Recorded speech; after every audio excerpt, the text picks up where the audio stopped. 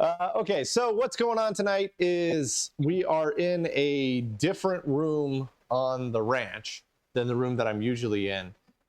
This is a room that until very recently was full of other stuff and was unavailable, but it has, for reasons that we don't need to get into, has become available recently. And so I'm moving some stuff into it. But the stipulation is that it has to still be a usable guest room. So you can't quite see it. I'll re-aim the camera a little bit here. It's going to take 20 seconds for Twitch to catch up to the Discord audio.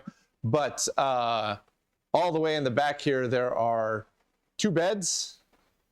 I did not choose that bed layout, but there's 2 beds with some nightstands and whatnot. So whenever anybody comes to visit, they can stay out here. There's plenty of space to put their luggage.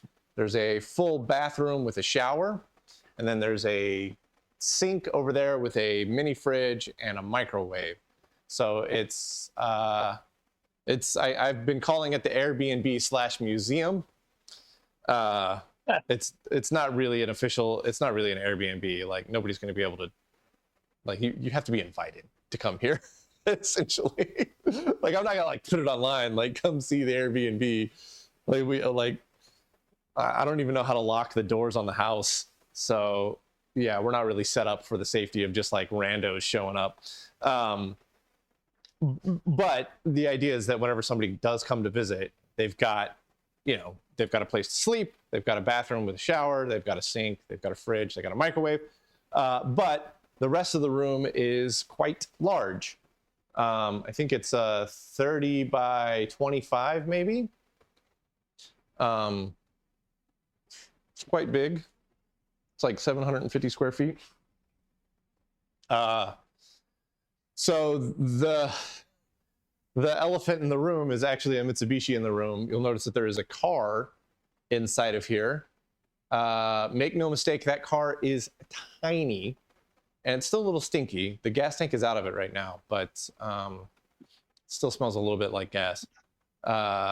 It is a 1967 Mitsubishi 360. I pulled this car out of a field when I was living in Japan and restored it there. Brought it back with me to here. And it's just like the worst car ever for Texas because it has a top speed of 85 kilometers an hour. Like that's what the brochure says. And yeah, it will not do more than 85 kilometers an hour, which is 52 miles an hour or something, right? So like you can't take it anywhere in Texas. Like I can't do anything with it. So it's just been like stuck in storage, like just parked up for the last 4 or 5 years. But it's so beautiful, and it was like the first car that really nerd sniped me in Japan, and I absolutely fell in love with it. And I drove it all the time in Japan, and it's just like it's like a family member. So I figured, and here's a great place for it. Being 1967, it's kind of the same year and design aesthetic as a lot of the machines that are nearing completion, but taking up a ton of floor space in my main lab over there, the main room that we're usually in. So I figured, hey, the LGP21, we're not done with it yet, but it's mostly complete, and it would look great parked next to the Mitsubishi. So I've got the LGP21 in here. We're going to get it set up next to the Mitsubishi. I think you guys can't quite see that. The chat's in the way. The other things that we need to kind of try and figure out is I have this Magnavox Concert Grand. I did a video on this forever ago, which is like one of my most popular videos. The audiophile guys love this thing. It's just an absolutely gorgeous stereo that my grandfather bought new in 1963. It's just like, it's stunning to look at. So I kind of want that next to the LGP21. And then we also have a TV that I picked up in Japan, this general TV here on a little pedestal with a little radio and a nice little clock sitting on top of it here. That's all just kind of like 1950s, 1960s era stuff. So the goal tonight is to try and get the Mitsubishi into a position that makes sense, get the LGP21 and the Magnavox Concert Grand into a position that makes sense, and then figure out how we're doing for space for the TV, for potentially the Centurion, if the Centurion is going to come over here. And also there's a couple other things that are not computer related that are going to stay in here. So like against this wall over here, again, if you're listening on Discord, you got a 20-second delay to catch up to the camera.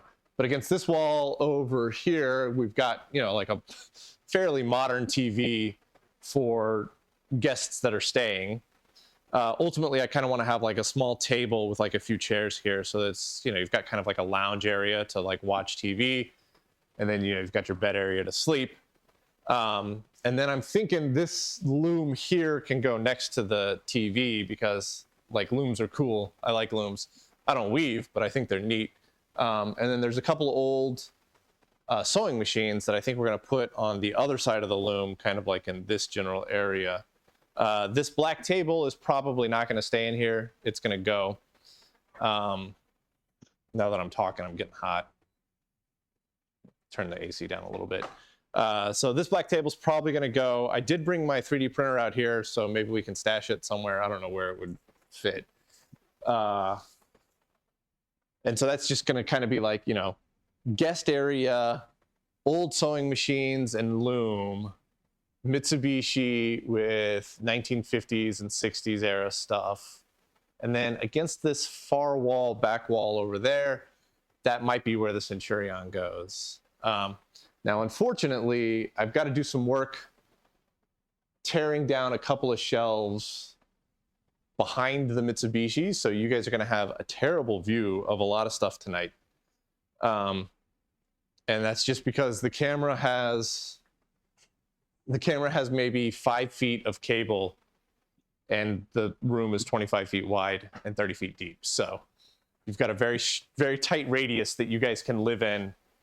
So you're going to be limited in the stuff that you can see. But I'll try my best.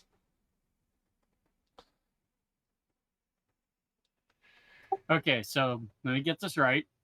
We've got two beds, we've got a shower, we've got a fridge, we've got a microwave, we've got no stove, no other furniture to speak of, and a bunch of obsolete stuff.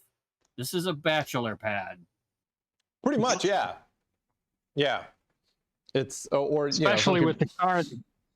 Yeah, with the car in here. Yeah, you could call it like a man cave or whatever, but yeah, it's essentially a bachelor pad. We do need to put the amps into the Magnavox Concert Grand because they're sitting on the floor right now. So that's something that we need to do before we get the Concert Grand set up anywhere. My current thinking is that Magnavox and LGP go against that far wall there.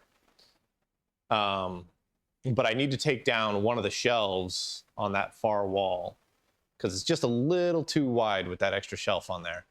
And then I think I need to scoot the remaining shelves over a bit, which unfortunately you guys won't really be able to see because that's directly behind the Mitsubishi.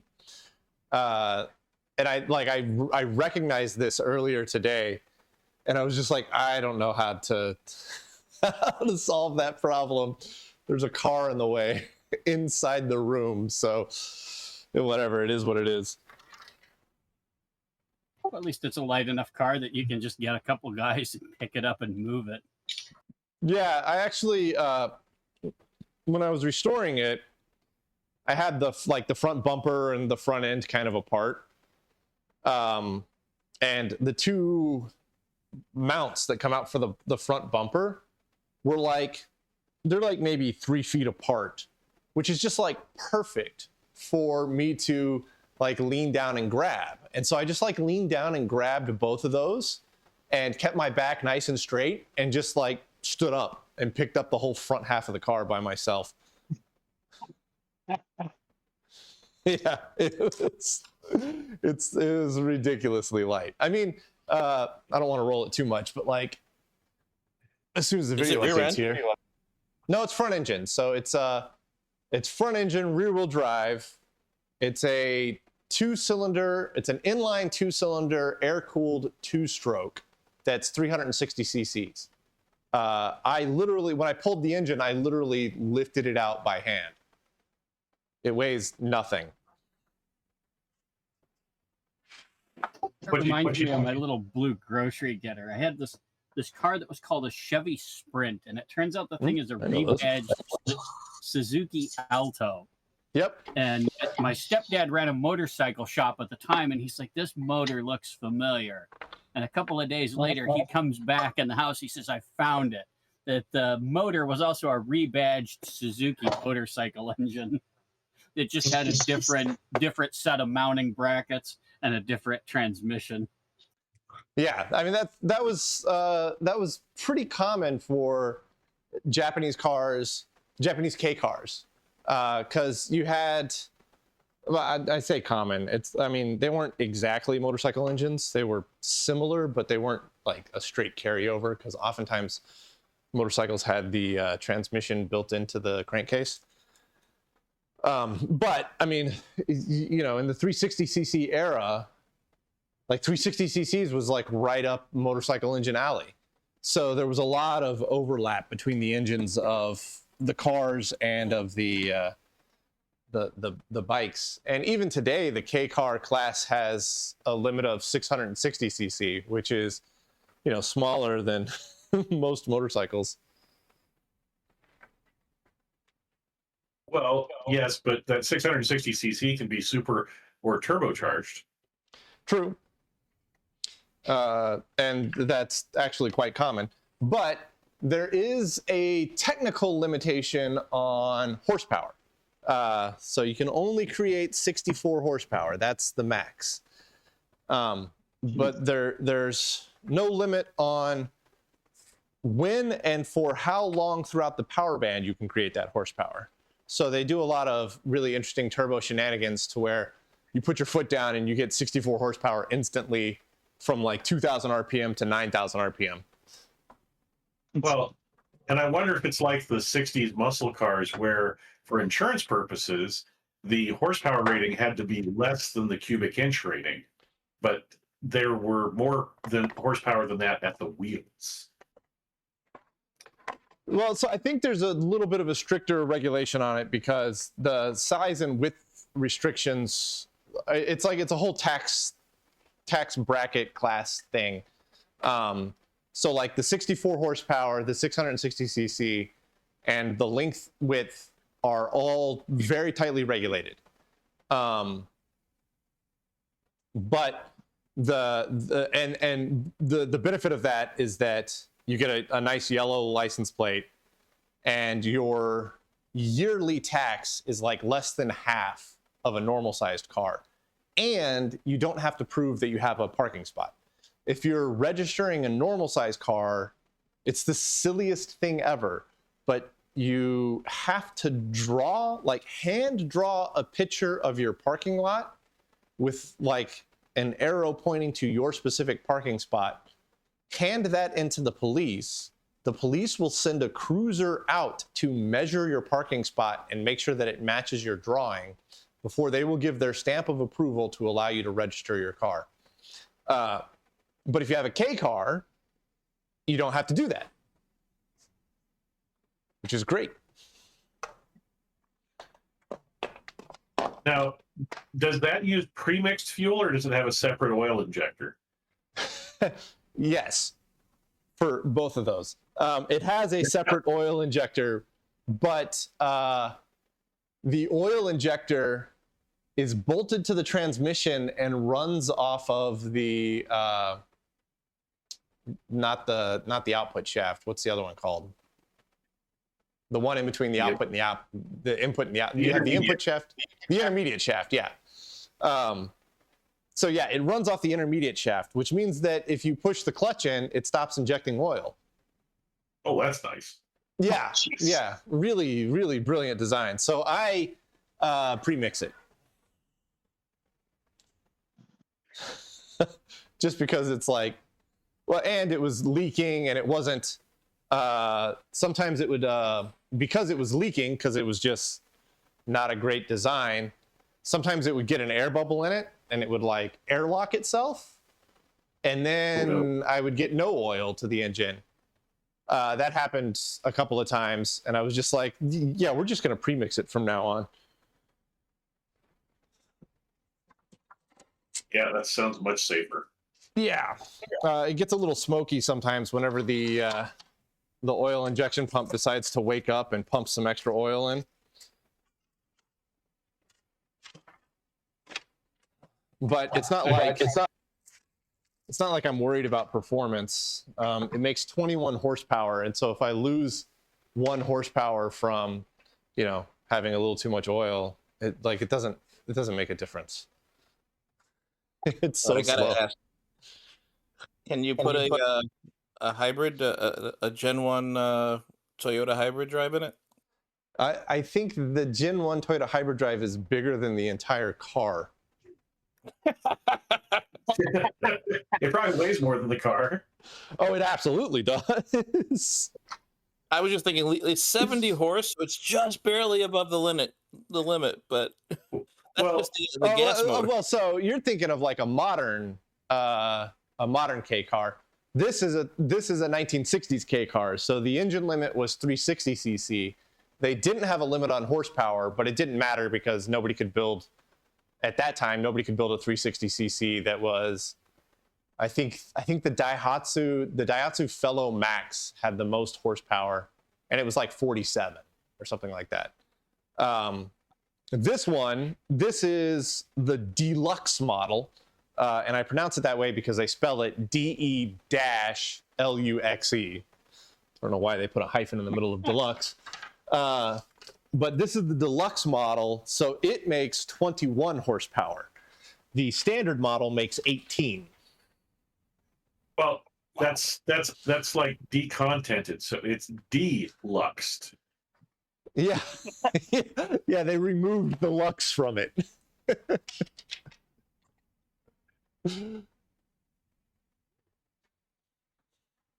What's interesting is you could go down to Harbor Freight and buy a 24 horsepower V-twin and have a 4-cycle that probably runs better and probably get better mileage. Oh yeah. Yeah. I think I'm already leaking oil, maybe. There's like, the good news is that there's nothing really that can leak in this thing.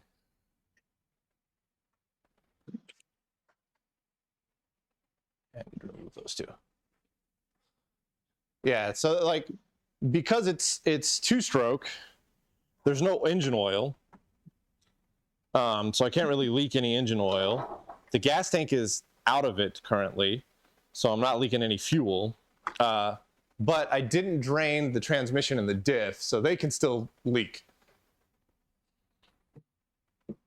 Did you drain the bowl? The bowl? Oh, for the carburetor? It drained itself for me.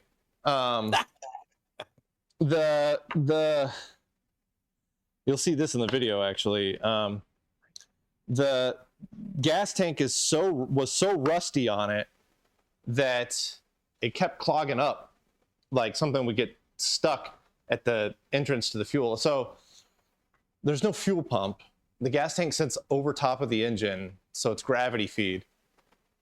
So it just takes a little bit of something to clog that line, and then you don't get any fuel flow to your carburetor, and then it dies. And so it stranded me on the top of the hill, about a quarter mile from home, and I was filming, and I kind of was like, okay, now I got to figure out how to get it home, and then I cut, and I was able to like shake it loose enough to fill the carburetor bowl again, and I drove it back down to the garage, and as soon as I got to the garage, it died again. So there's still a tiny little bit of gas in there that is evaporating and making the room smell atrocious, but that's all of the gas that there was. I mean, the engine essentially ran itself dry. Yeah, it'll be fine.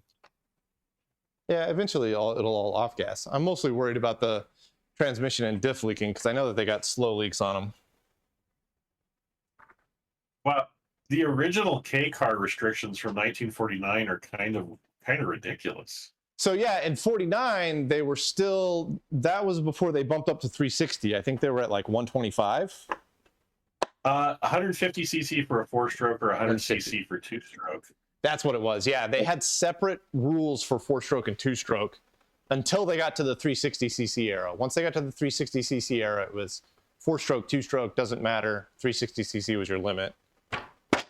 Yeah, in 51, it was 360 cc for 4-stroke and 240 for 2-stroke. And in 55, it was 360 for both. Yeah. But the interesting part is the original dimensions were 2.8 meters long, which is 110 inches, and 1 meter wide. Yeah, which is 3 feet. Yeah, it's just 39 inches, so it's like 3'3". It's like, that's a small car. Yeah, they were small. They were small. I mean, this one is really, it's only 4 feet. So like, if as soon as the video updates here, I can stand on this side of the car and I can reach over and touch the driver door. Like I can just reach across the entire car. Yeah, yours is limited to 1.3 meters, which is 51 inches. Yeah, it's a very, very small car. Those really early ones, the like, you know, pre 360cc era Ks, those are really rare. Well, these were also kind of built to be disposable cars, weren't they? I mean, they had a lifetime. Yeah, but yeah, they had a lifetime. It was just like post-war, trying to mobilize the country in the middle of a garbage economy. Because right after World War II, the economy was, I mean, it was in the gutter. Nobody had any money, but the country was trying to claw its way out of this depression that it was in. And so the K-class vehicles were cars that were affordable for people to own in such an economy. And it just continued to grow from there. And it still kind of is the same way. I mean, like you can live in Japan making $25,000 a year and have reliable transportation because you can get a new K car for really cheap. And I think it's kind of sad that in America, we don't really have an option for that. You go to a Honda dealer to get a Honda Civic, and they're like, yeah, we can get you on a Honda Civic. It'll be $35,000. And you're like, that's a ridiculous amount of money if I'm making 15 grand a year or something because I don't have a good job. Well, and that's where the used car market was good, but then cash for clunkers came along and like torpedoed the used car market for like a decade.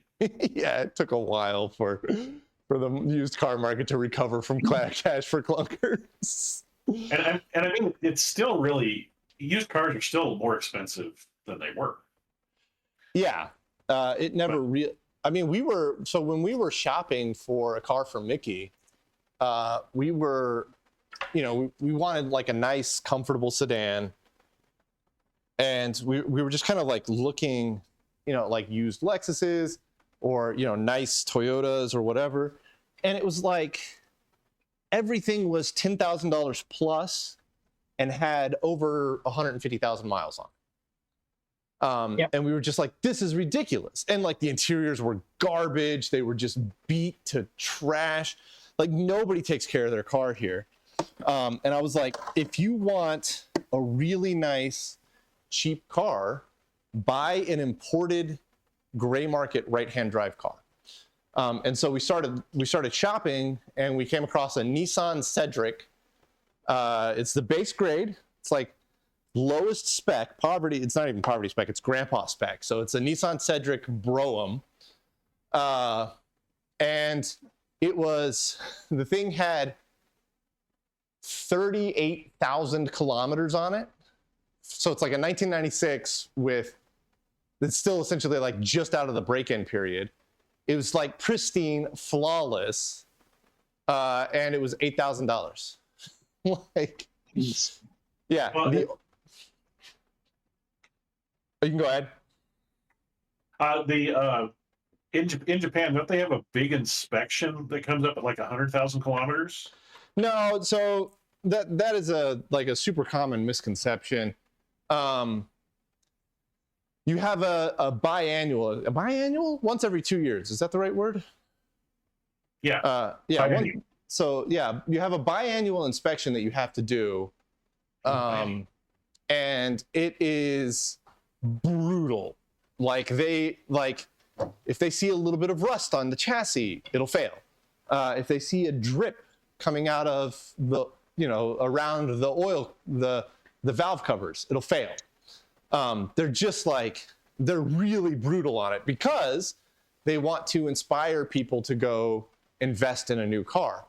And so the older your car gets, the more that things start to leak a little bit, the more that things start to rust a little bit, and the more regularly they start to fail, and you have to spend a bunch of money to get the car repaired well enough to pass. But if you go out and you buy a brand new car, they give you 3 years of inspection. So like you buy a new car, you don't have to go get an inspection for 3 years. So there's this like huge incentive to just constantly every 3 years swap out to a new car. Now, of course, if you're a gearhead and you're a car guy, like they go, oh, you got a little leak here. And you're like, yeah, I can fix that. So you go fix it. Or and this is the real trick, is you take your car to a local shop that specializes in classic and vintage cars. And that shop has a repertoire, is that right? A reputation. They've built up a reputation with the local inspection facility. So the car goes there and the inspection facility goes, you've got a leak in the transmission here that should fail you. And that shop goes, yeah, we'll get it fixed.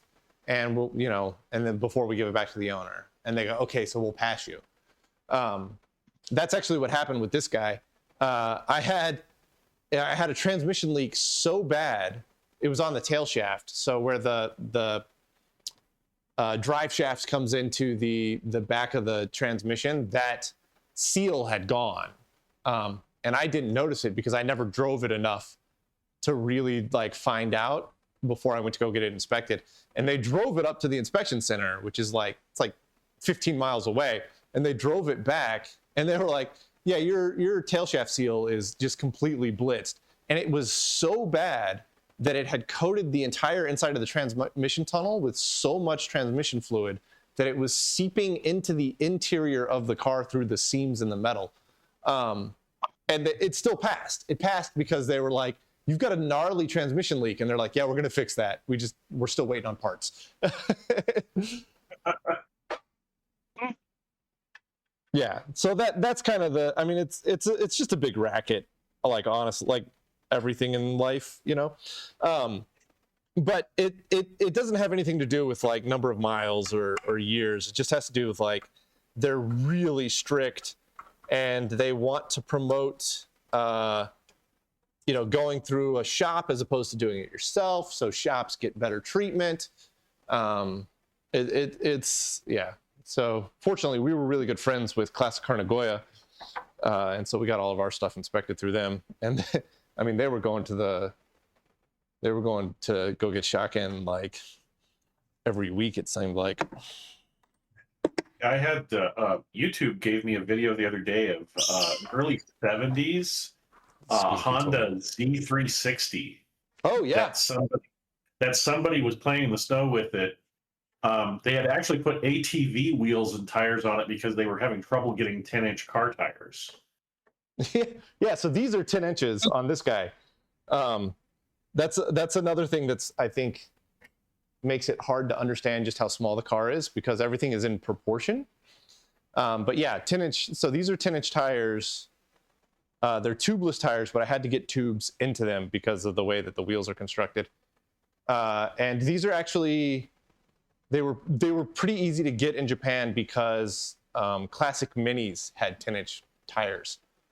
So we were able to get Classic Mini wheels.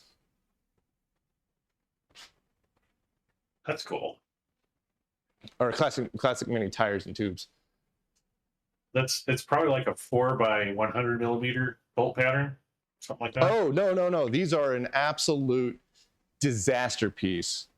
They will break your mind. Here, let me take a picture of these things for you. I'm going to post it up in the Friday night Twitch. It is the most cursed thing on the entire planet. We'll see if you can figure it out from the picture alone. I mean, you'll see why it's not supposed to go faster than 85 kilometers an hour. There we go. Picture up in Friday Night Twitch. Oh, that's like a Volkswagen. Yeah. So that's you're looking at the drum brake in the center. The black part is the drum brake, and the wheel goes around the drum and bolts to that. And they're not like conical seat bolts. They're not. It's just like four studs coming out, and you just put like regular nuts and lock washers on it.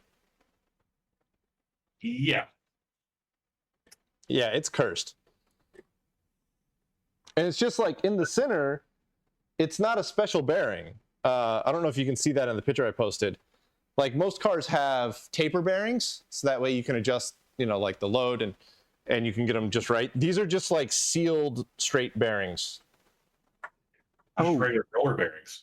Yeah, just regular old roller bearings. Those are your wheel bearings.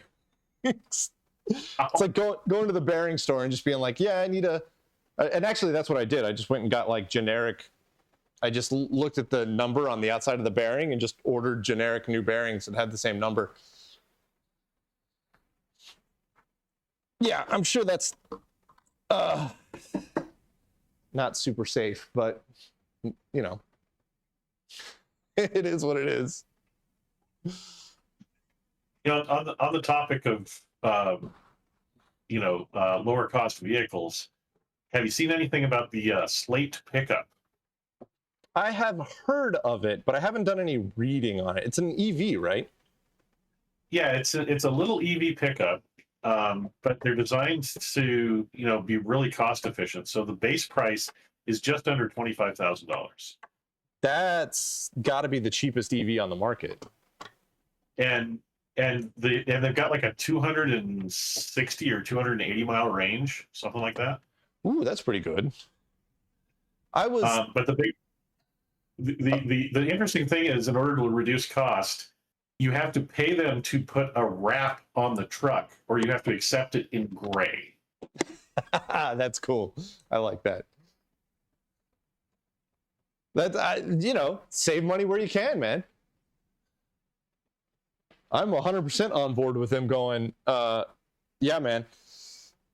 Oh, and it has a very minimal instrument display, and there's no stereo, but they do have a Bluetooth speaker that you can get that fits in the dash. That's cool. I like it, man. There needs to be, particularly with I don't want to get political, but particularly with the current economy here in the United States, which is not great. There needs to be some kind of ultra uber affordable new car. And like that used to be the realm of the Honda Civic, or the Honda Civic used to be the cheapest car on the planet, right? That's why they sold in droves. But like a new Honda Civic's in like the 25-30 grand range now. Yeah, it used to be that the Nissan Sentra was in the teens, or not the Sentra. What was it?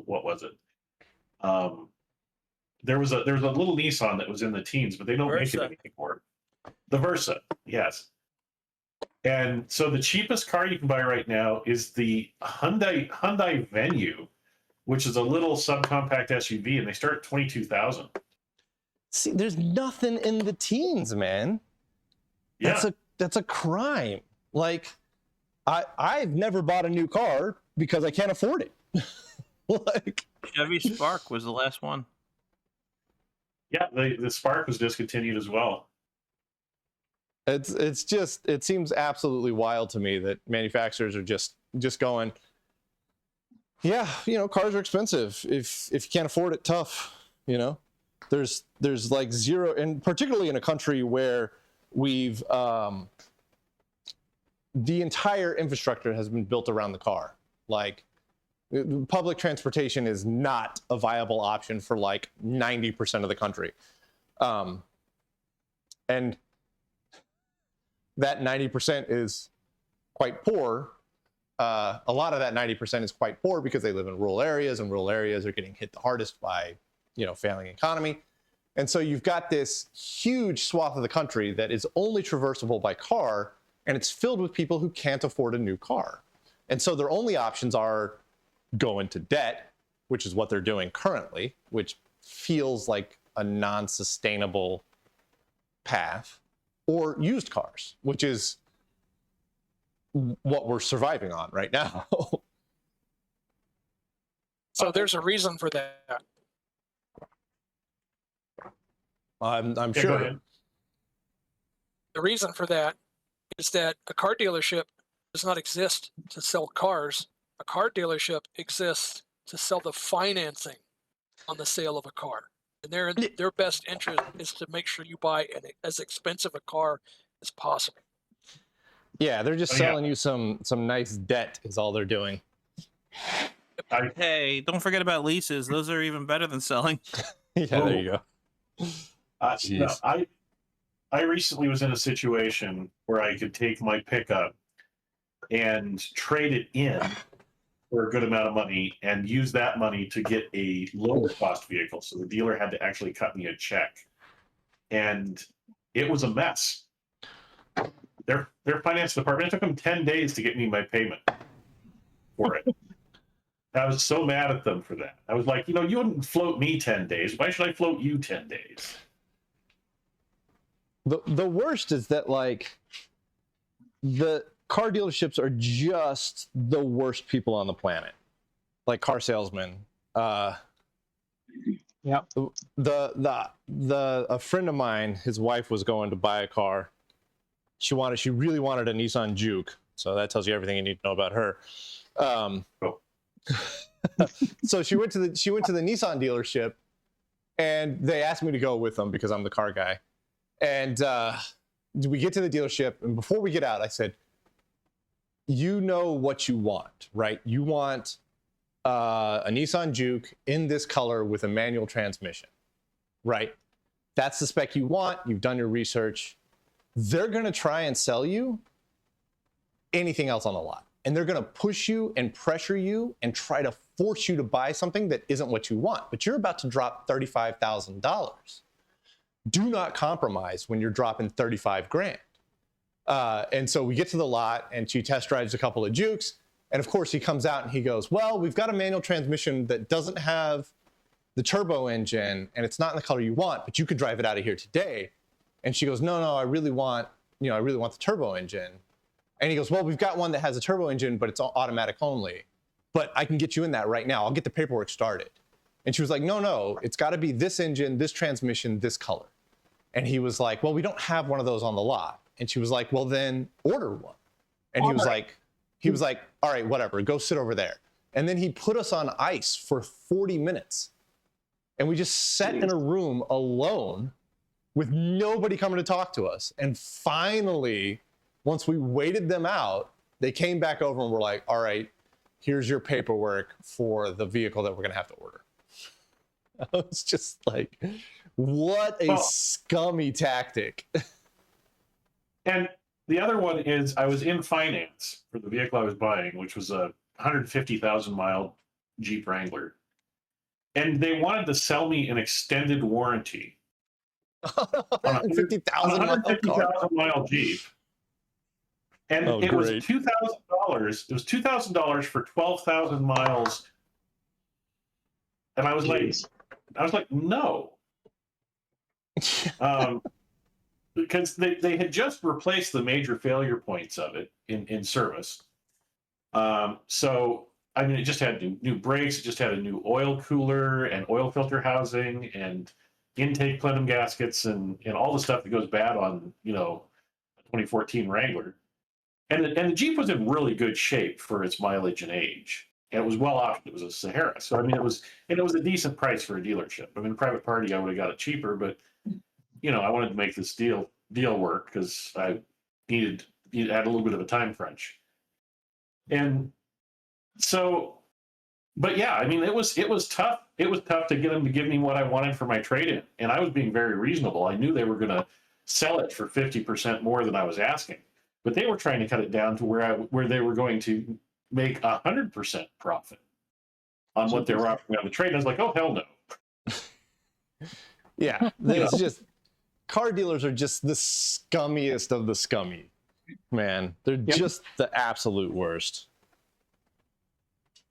And What's funny is the truck I traded in, by the time they had it sold, had failed the reason I got rid of the truck was because I was worried about the DEF system, even though it was under warranty because of a recall. Well, they sold the truck and it immediately threw a check engine light for that catalyst and they had to replace it, which was all covered under warranty, so it didn't cost the dealership anything. But that was like a $5,000 part, which is, and I was like, I got rid of the truck because I didn't want to deal with DEF. Yeah, DEF sounds like, I mean, I get why it exists, but it just sounds like nobody has a good time with DEF ever. The biggest problem is I just simply didn't drive the truck enough, especially not under a heavy enough load. So it was clogging itself up with urea crystals. Yeah, I had the exact same problem with my diesel pickup. So that's why I went to Montana and came back last week with the 98 Dodge truck, which that has no emissions on it at all. Yeah. All right. There's no catalyst, there's no EGR, there's nothing. All right. I think you guys can see this big guy now. The cabinet on that is in great shape. Yeah, I mean, it was $3,000 in 1963, so Grandpa took a lot of good care of it. We've got the amps out of it. Here's one amp. I'll hold it up to the camera here so you guys can kind of see what's going on. This is one. There's two of these. That is 8 6v6s. Holy crap. Yeah. 6 of them are... No, the amp is really cool, but I ran the price through the inflation calculator. Oh yeah, no, that's like a $20,000 stereo or something today. 3. What do you mean 3? $33,000. Oh, 33,000. Yeah. Yeah. Yeah. Didn't mean to interrupt there, but I mean, What is it?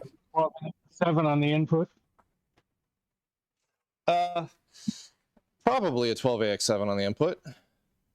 Ooh, that one needs to be replaced. The gitter's almost gone on it. Uh-oh. Yeah, they're pretty easy to get to. Yeah. So you've got 2 giant, I want to say 5U4s that are the rectifier tubes. And then you've got 6 6v6s for the woofer, and then 2 6v6s for the tweeter. And then they did the crossover, electronic crossover instead of in the speakers. That's beautiful. Yeah, and then you've got 2 of these. Yeah.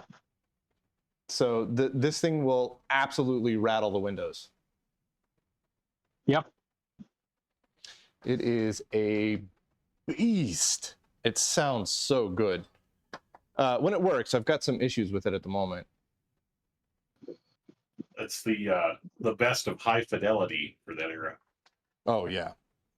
I mean, it's no expense spared. Also, That's first generation studio.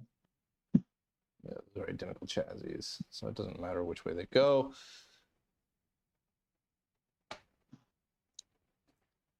Yeah, this was 1963, so I mean, TV was around, but radio was still very much so a serious thing at that time. And this was the Magnavox Concert Grand, which was the top of the line. Does it have an FM tuner? Does it have a, yeah, so it's got FM, AM, FM MPX, has a built-in record player here on the top, and it has an external aux input. Yeah, FM stereo. Nice. Yeah. Yeah. Like I said, man, Magnavox was not pulling any punches here. You guys can't see what I'm doing, huh? Nope. There we go.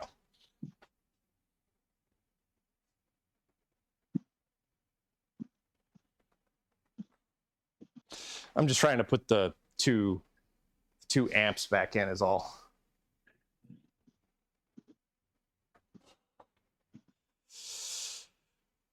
Ugh. I need to fix it. So I've got the aux input here just set up to like an external thing so I can like plug my phone or whatever into it. But the selection potentiometer has ceased working correctly. So now I'm getting aux and AM at the same time. So I'm just like hearing the static from the AM over top of my input. Oh, that's probably a stacked mechanical switch. Yeah.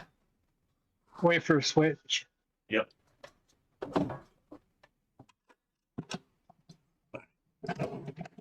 Keep going.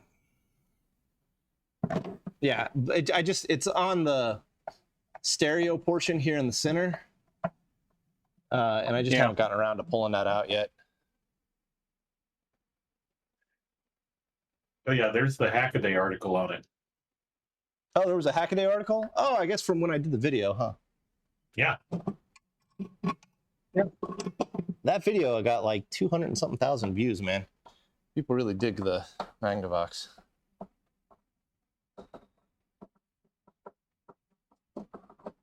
The vintage stereo equipment is really popular. Yeah, which is crazy to me because it was like there was a period in time where people couldn't give these things away. It's a real shame because this is the quality. I mean, I can see some of the lower end consumer stuff, but this high end stuff, wow. Yeah, this concert grant. I love this thing, man. So my grandpa died when I was like 16, I think, 17, right around there. But my grandmother died when we just moved back to here. We just moved back from Japan. So like 2015, maybe, I think is when grandma died. 2016, maybe. So anyways, right around there is when grandma died. And so when grandma died, you know, we went up there to go, you know, clear out her house and clear out the storage unit and whatnot. And this stereo, like every time I went to my grandparents' house, the stereo was there because grandpa spent $3,000 in '63. It sure as hell wasn't going anywhere. And so I can just like, I always associated this stereo with grandma and grandpa's house. And when we get there, you know, my dad has 2 sisters and a brother. And so there's 4 kids in the family and nobody wanted it. They were like, we love it. We don't want it to go away, but we don't have space for it. We don't want it. And I was like, you guys are all out of your mind. It's like, but that's my win. Like, I am taking this thing. So I was very, very pleased that I was allowed to run away with this thing. To put the price in a little more context, the average price of a new car in the United States in 1963 was $3,233. Yeah, I think this was priced right around the same as a new car. It was priced the same as a mid-range full-size family car, not even a compact or an affordable car. So you're talking like a Chevy Impala or a Ford Galaxy 500 that's well optioned. Yeah, I have no idea how he sold grandma on spending new car money on a stereo, but It's funny talking to Dad about it because he's like, yeah, that stereo is beautiful. And he bought it after I moved out. It was like he bought it as a gift to himself for me leaving.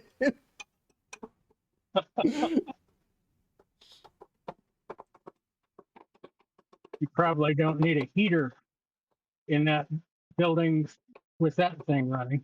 Oh yeah, no, it puts out some BTUs for sure. Those rectifier tubes in particular, they will burn you if you touch them. Yeah. They get really hot. 5U4s have a tendency to do that. Yeah. I want to say they might not be 5U4s, but I want to say they are. Yeah, they are. Yeah. It would be interesting to put a kilowatt on it and see what its idle power draw is, and then its average. I got one around. I think Charles hooked me up with a kilowatt. We can maybe test that out. Yes. I mean, it's like if you look at like the actual power cord, you get a little nervous because there's like very little, it's whatever. It's like a 1960s power cord, right? So you're just like, is it really okay to push this much juice through this? It's 1960s lamp cord at that. It's like, yeah, pretty much. Yeah. You could probably replace those 6V6s with 6L6s, and they'd run a little cooler. Nah, the 6V6s Now- sound so good though. If you do decide to replace your power cord, 6L6s are just beefier 6V6s is all. Same pinout. Yeah, but it was built with a 6V6 in mind. And also, don't tell the hi-fi audio guys that one tube sounds like another tube. They will straight up fight you. Oh, I know. I was going to suggest that if you replace your power cord, make sure you use a gold-plated oxygen-free power cord. I'm gonna put this one upside And you can't let it touch the ground. the monster cable scam I see is what you're talking about. Oh, yeah. Well, I used to work at Best Buy, so I know all about it. Oh, yeah. Hey, that makes two of us. I love the low noise gold plated oxygen free copper HDMI cables. I put both of the amps in upside down? I think I did. Damn. Yeah, Damn. don't forget that that meme Wattgate 381 or whatever it was. That was They're both that upside was down. a special audiophile grade 120 volt outlet. Yeah, those guys, man, silliest stuff ever. The one that gets me the most was the audiophile motherboard that had a vacuum tube amp on it. Oh, I remember that. Yeah, I mean, it's really cool. I really kind of want it because it has a vacuum tube on it. But like, vacuum tubes sound great in Class A amplifiers because you've got the whole analog linear region going on. But no motherboard on the planet is using a Class A amplifier, and that one certainly wasn't. Also, I'm a big dum-dum and put both of the amps in upside down. Yeah, the Hackaday article. That's the picture that was linked there is of the back of the cabinet showing the amps. And they're backwards from what I've got it set to, right? Yes. Yeah. Transformers on the bottom. Yeah. Yeah. Yeah, the black transformers are on the bottom. Go me. What's I funny wasn't is paying that I'm fairly certain I've done this twice now, because I seem to remember because we pulled the amps out to move it when we moved it from Grandma's place to here, and I seem to remember when I put the amps back in, I put them in upside down, and I know why, because there's text embossed on the amps, and so I did then what I did now, which was align it with the text up. And that is incorrect, apparently. the text needs to be upside down. That's because the text is while you have it pulled out for service. Yeah. Now, speaking of service, I did go through and replace all of the paper wax capacitors on this thing. Oh yes. Good move. But I did not replace any of the big electrolytics. If they still work, they're Yeah. probably going to be fine. Yeah. And I mean, there's really not that many big electrolytics. There's a couple of, they might even be Sprague. They're just like metal can electrolytics that look like stuff you get into high quality test equipment and whatnot. Yep. But I didn't replace any of those. I just replaced all the wax caps that were melty over the years. Well, and Yeah. paper wax, you get moisture. It's awful. Yeah. I replaced them all with modern micas, I think. They're the kind of like brown colored ones. I'm describing that terrible. They're like the brown color not axial. They look like through hole stuff that stabs through. And they're like a dark, deep brown that's like brownish red. I think those are Mylar. Maybe. They were high quality stuff from Mauser. Yeah. I got the job done. Thing sounded amazing until I had the problem with the AM switch. When you were speaking of the tube thing, I was thinking of guitar amplifiers because they'll even argue about the brand of the tube and when it was made. Oh yeah. Yeah. There's like seriously legit like serious arguments about tube brands. Like some people will be like, no, you cannot use a tongue sole there. It has to be this brand. It has to be an RCA. Right? You're like, really? You can tell the difference? Like, oh yes, one is way warmer than the other. All right. I'm deaf in one ear. If it just makes a noise, I'm happy.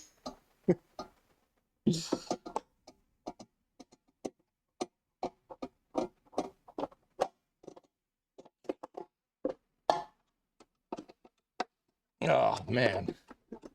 I should have realized that like none of the tubes were dusty. That should have pointed it out to me. Because I'm looking at the bottom of the tubes, not the top. Oh. Yeah. Oh, I was like, the tubes are really clean on this thing, man. I took good care of it. No, when I flip the amp over, they're dirty.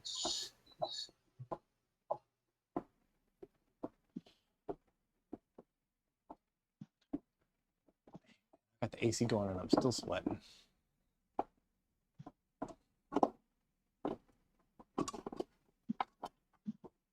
EBX.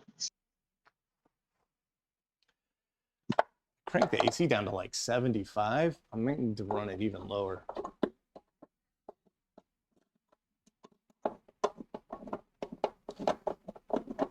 We had it all the way up at like 81 because there's not been anybody out here, so.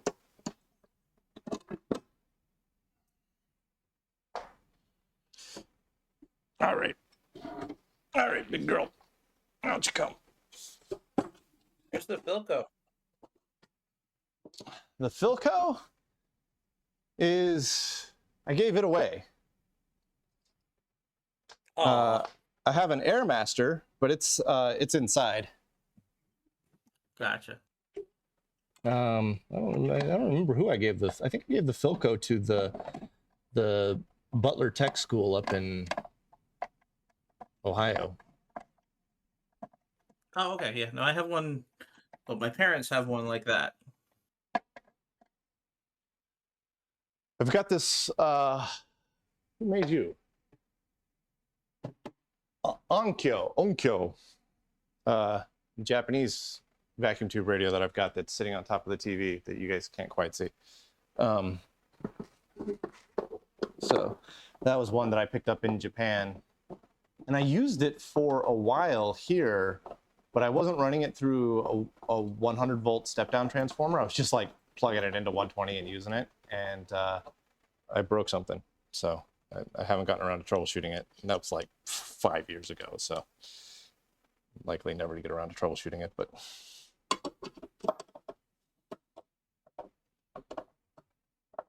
I got the full schematic for it, so. That's always helpful. That General Television reminds me of the Radiation King TVs from Fallout. Yeah, it's got a very, very similar vibe. That's kind of why we picked it up. It was just so beautiful. I did turn it on. We ran it through a Variac, so that way it was getting 100 volts. And all of the tubes lit up, but I wasn't getting any high voltage. So that's something that we're gonna have to troubleshoot. You know, we never got an image on the picture. We never even got like static or snow. And I might have held my phone up to it with the spectrum analyzer and didn't see the flyback, but I don't know if old TVs create a flyback in the same frequency range as, you know, modern CRTs and whatnot. Still 15,000. Yeah, 15 kilohertz. Yeah. Okay. Yeah, it's still NTSC.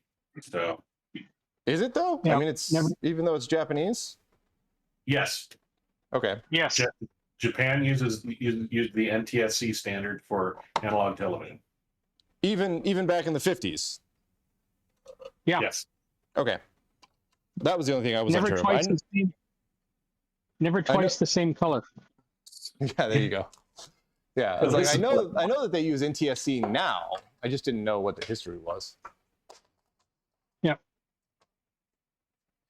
All right, let's. I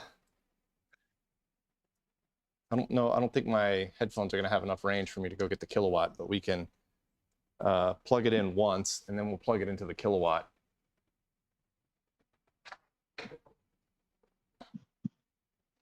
To see how much power it pulls. So we'll plug it in once, see if it catches on fire.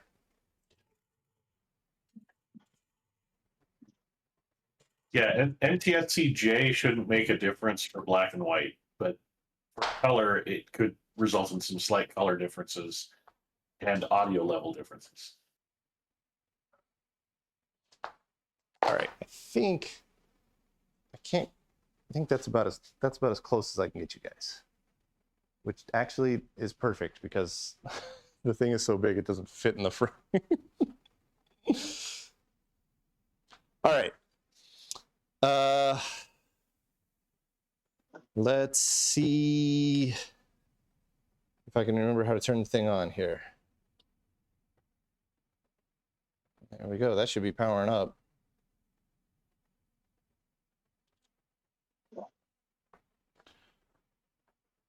Oh, yeah. Yep, I got glowy tubes. You guys definitely can't see that. If I turn the lights off, we'll see if the You camera can see if you're leaning over it. There you You go. can see the 5U cords. Is the stream gonna catch it? Oh, you can just barely see it. Oh yeah, nice. Oh yeah. Yeah, so we got lights. You got you're missing the glow on one of the tubes on the left. The upper those two rows of 4 tubes. The upper on the left hand side, the upper left tube wasn't in the picture. You're right. That one is not glowing. There it goes. It was just gross contacts.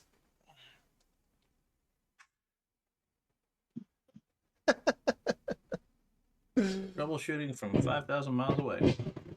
Woo!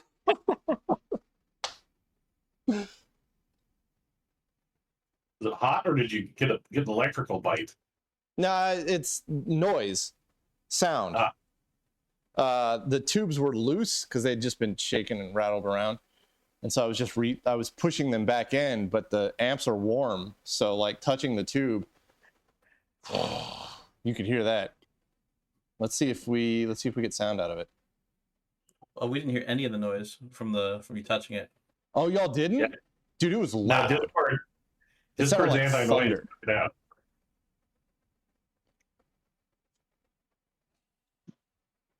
All right, I've got music going into it.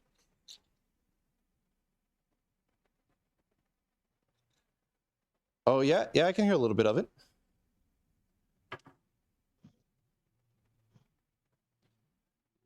Oh, it's so quiet. Why is it so quiet though? Cycle your selector switch a few times. Get it to clean its contacts a little bit. I can hear it. It's just crazy quiet.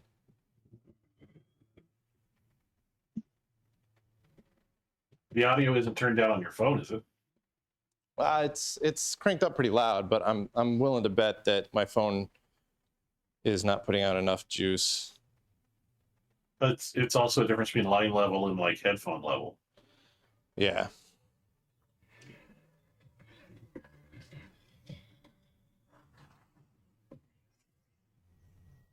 Can you guys hear any of that? A little bit. Yeah. Oh, okay. I mean, it's quiet. It's not very loud, but I don't know what the input impedance on a tube amp is. 2 preamp, I guess. yeah. I mean, it should be loud enough that it's shaking the walls. But I think it's just my phone is not able to push enough juice through. That's what I mean. The phone can't drive it. Yeah. Tube impedance is pretty freaking high. That's maxed out. I'm playing the Doom soundtrack.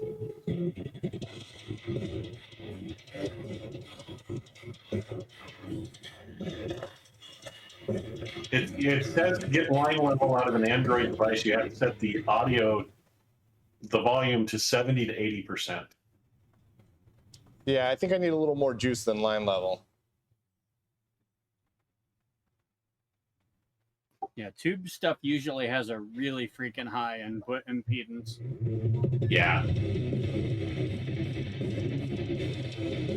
Y'all can hear that, right?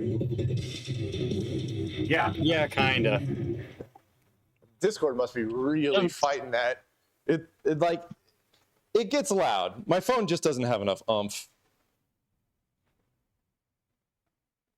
Yeah, I've got the phone maxed out, and it just doesn't have enough push for it.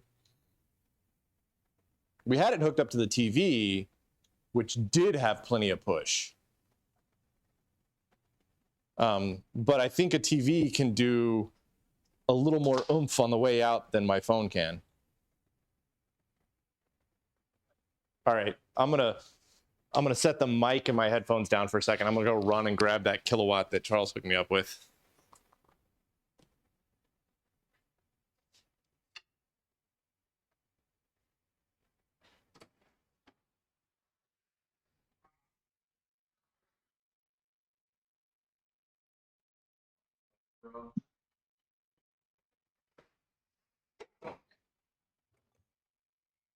Yeah, some quick research shows that modern line level is about 3 volts, and higher level audio stuff like this would be about or 0.3 volts, and this is probably 0.75, so it's probably about half of what it needed. Yeah.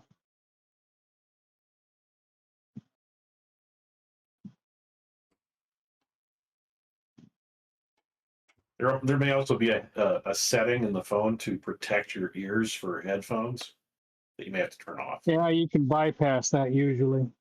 Yeah. As far as the TV being better at picking up weaker stuff, I'll bet that's because back then you have to remember the output of a VHF or UHF tuner was like a gnat fart. They had ridiculous low signal numbers. That's why they needed tubes to to receive the output of those things. You had like 3 or 4 tube intermediate stages just to get it up to something where the amplifier could deal with it. All right. I've never actually used a kilowatt before. Yeah, the big thing is you'll probably have to hit the button to change it from voltage to watts. Yeah, currently it's reading 119.1 volts.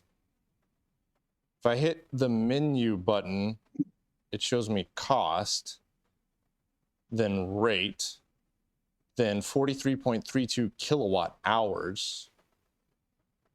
But that's like I just kind of want like an instantaneous watt thing. There should be another button that gets you just the instantaneous You watt. can get amps and watts, yeah.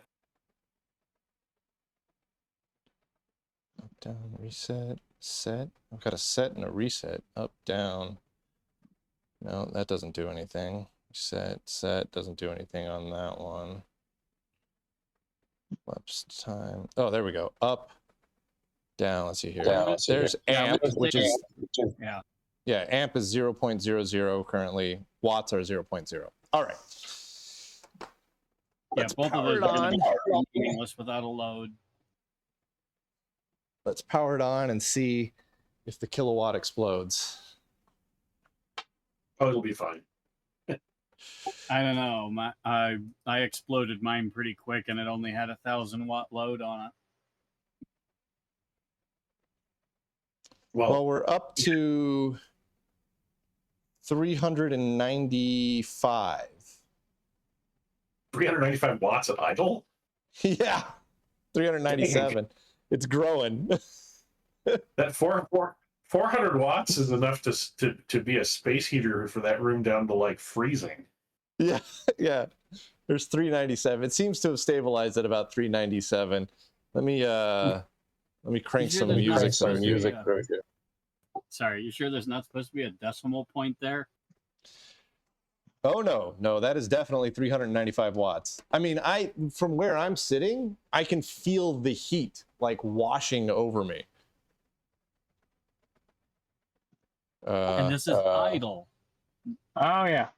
Yeah, I'm not. Well, I mean, idle or playing, it's just kind of all the same thing on this guy. Oh, okay. When you said idle, I thought you meant like sitting there turned off. No, like no, I just turned it off. I just turned it off. Capacitors and okay, so it's turned on. Yeah. When it's Okay, off, alright. it's at 0. Okay, I thought you were seeing 400 watts just on the line filter capacitors or transformers or whatever was like the transformer primary. Yeah. Okay. All right. 400 makes sense when it's running. Yeah. We'll see. Again, my phone can't put out really enough juice, but I'll crank the volume up on it. You might That's better. and see if there's a headphone limit or hearing protection limit in the settings. No, I've got the phone cranked up. It throws that limit up sometimes, but I can go beyond it. Yeah, Okay. whatever I set the volume to doesn't really seem to make a difference. It's just sitting at 398 watts. No, it's Yeah, not gonna make a difference. That says it's at 3.64 amps. Yeah. And now my line voltage is 117. Yeah, but that was normal back then. 115, 117 was the norm for tube stuff. They're actually running slightly hot. Yeah, but it was at 119 before we started, so I got a 2-volt drop across the extension cord. Check to see if it gets warm. Oh, it's one of those industrial ones. It'll be fine. Oh yeah. It's like the one that's on the roof that's like the wheel that you like pull down. Oh, so it's probably 10 or 12 gauge. Yeah, it's good up to 15 amps. That's 12 gauge then. Yeah. Yeah. Now, if we're comparing this to PCs, remember that watts in a power supply is the DC output wattage, not the AC input wattage. Oh yeah, there's some loss. And considering this is tube, probably lots of loss. Oh yeah. She's No, a those thirsty girl. Those filaments only create heat, Nothing Yeah. more. Yep. They create electron clouds. Well, yeah, but It's a byproduct of the heat, but yeah. All right, let's get the back panel back on it.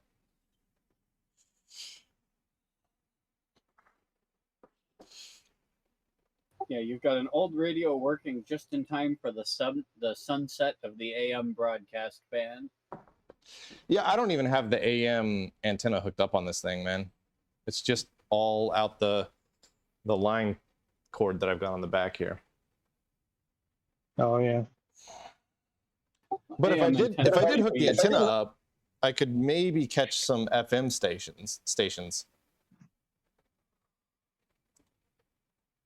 Yeah, maybe. I remember Pretty for far out. AM DXing, we used to just hang a long wire out the window and listen to clear channel stations from like Nevada here in the Midwest. It was crazy when you were a kid.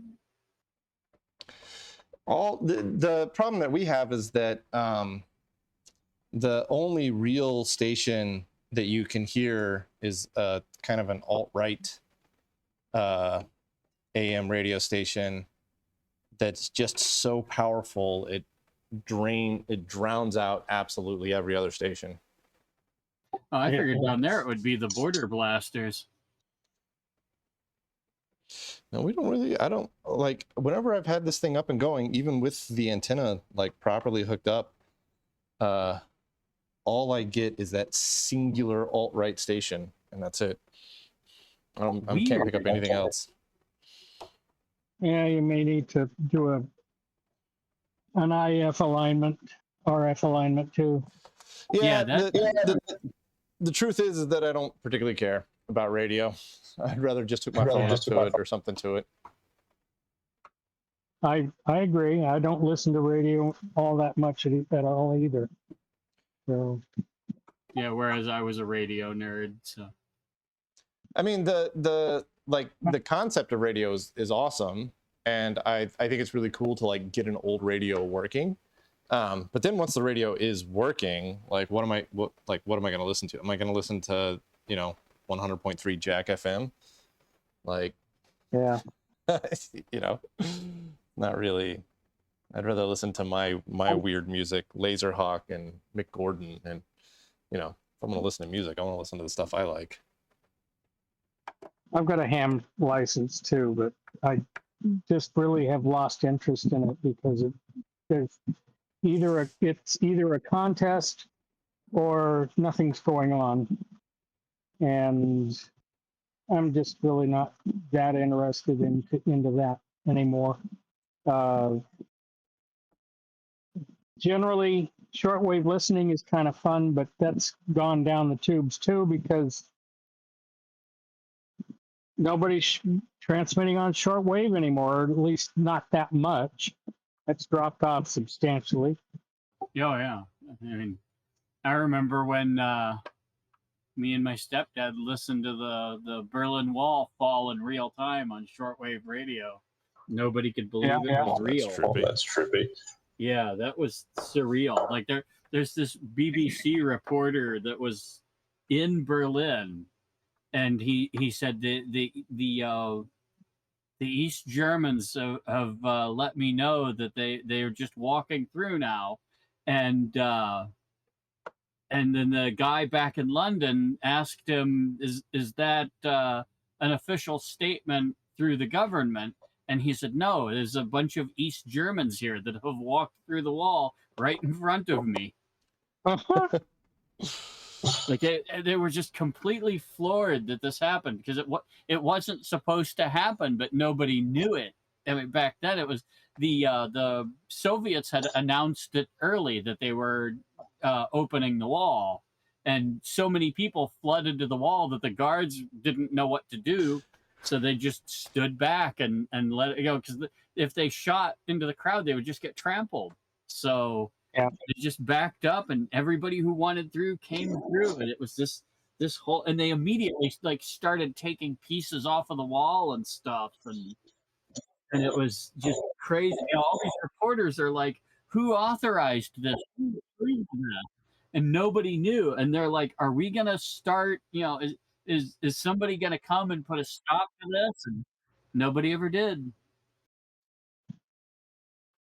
West Germans still call them East Germans because they lived under that communist doctrine for so long. They still live it, but they're free now.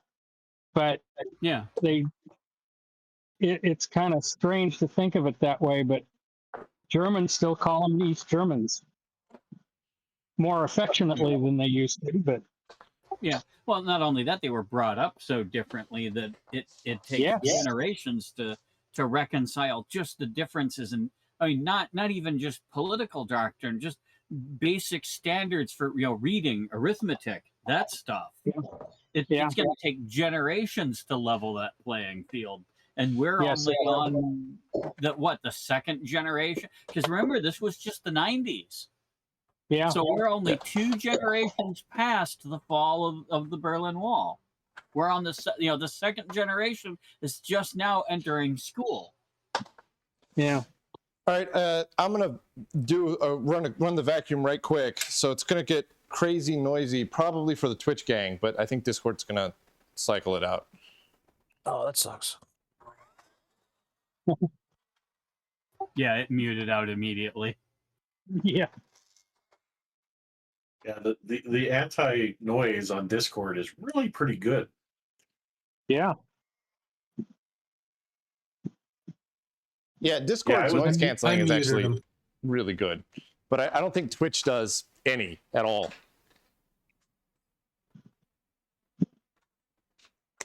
I was in high school when the wall fell, and I mean, it was the biggest event everybody was talking about. I would have been, let's see, that was what, 80, when did it fall? 88? 89. 89. So I would have been 5. I would I have was been, a youngin'. I was a junior. Kids.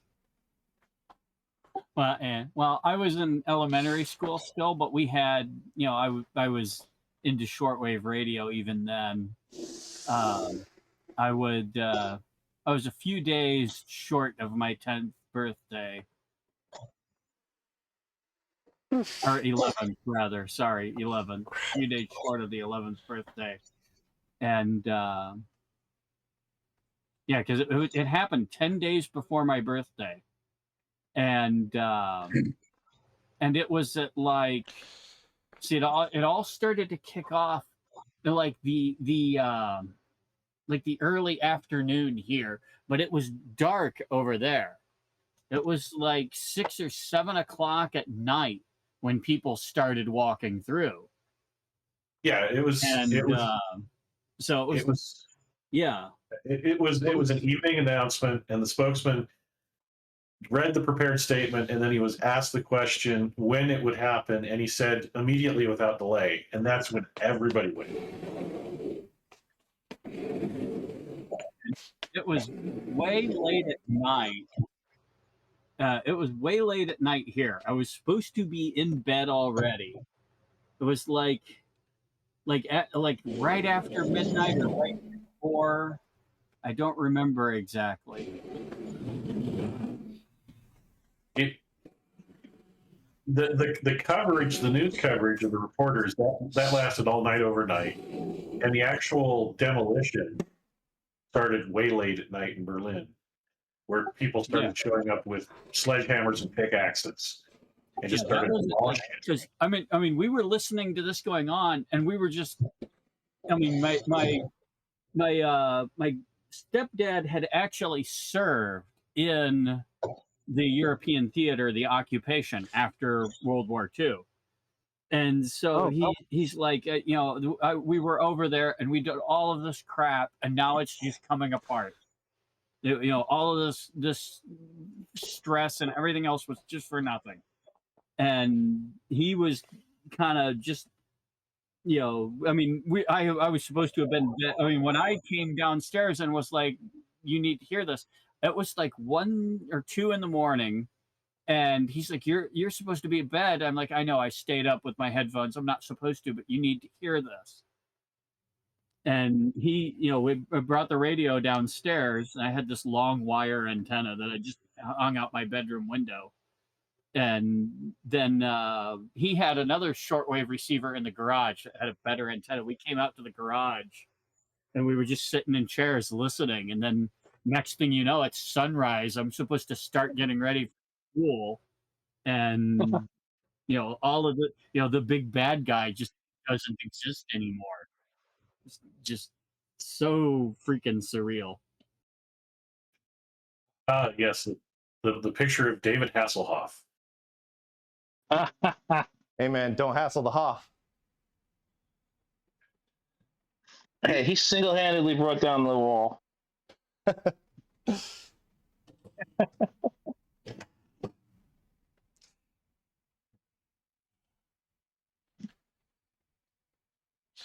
don't know That's funny. How I feel about the radio over there.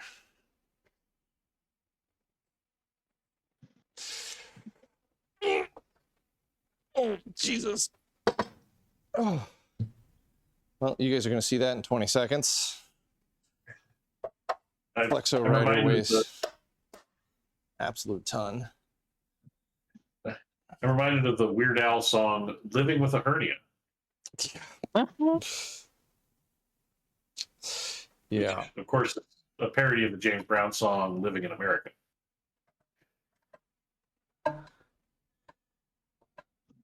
What's crazy is I didn't realize I was watching the doctor who's got a YouTube thing, and he was interviewing Rainn Wilson, I think is his name, Dwight from The Office. He was interviewing him because Rainn Wilson made a movie called Code 3, which just came out last year, and I watched it the other night, and it was good. Depressing, hilarious, and good. And so I was watching a little bit of this interview that this doctor was doing with Rainn Wilson. And I didn't realize until the doctor mentioned it that a hernia is an elective procedure, like to get your hernia fixed. Oh, It depends on the type of hernia. There are some that are considered emergencies. I feel like they should all be considered an emergency. Yeah.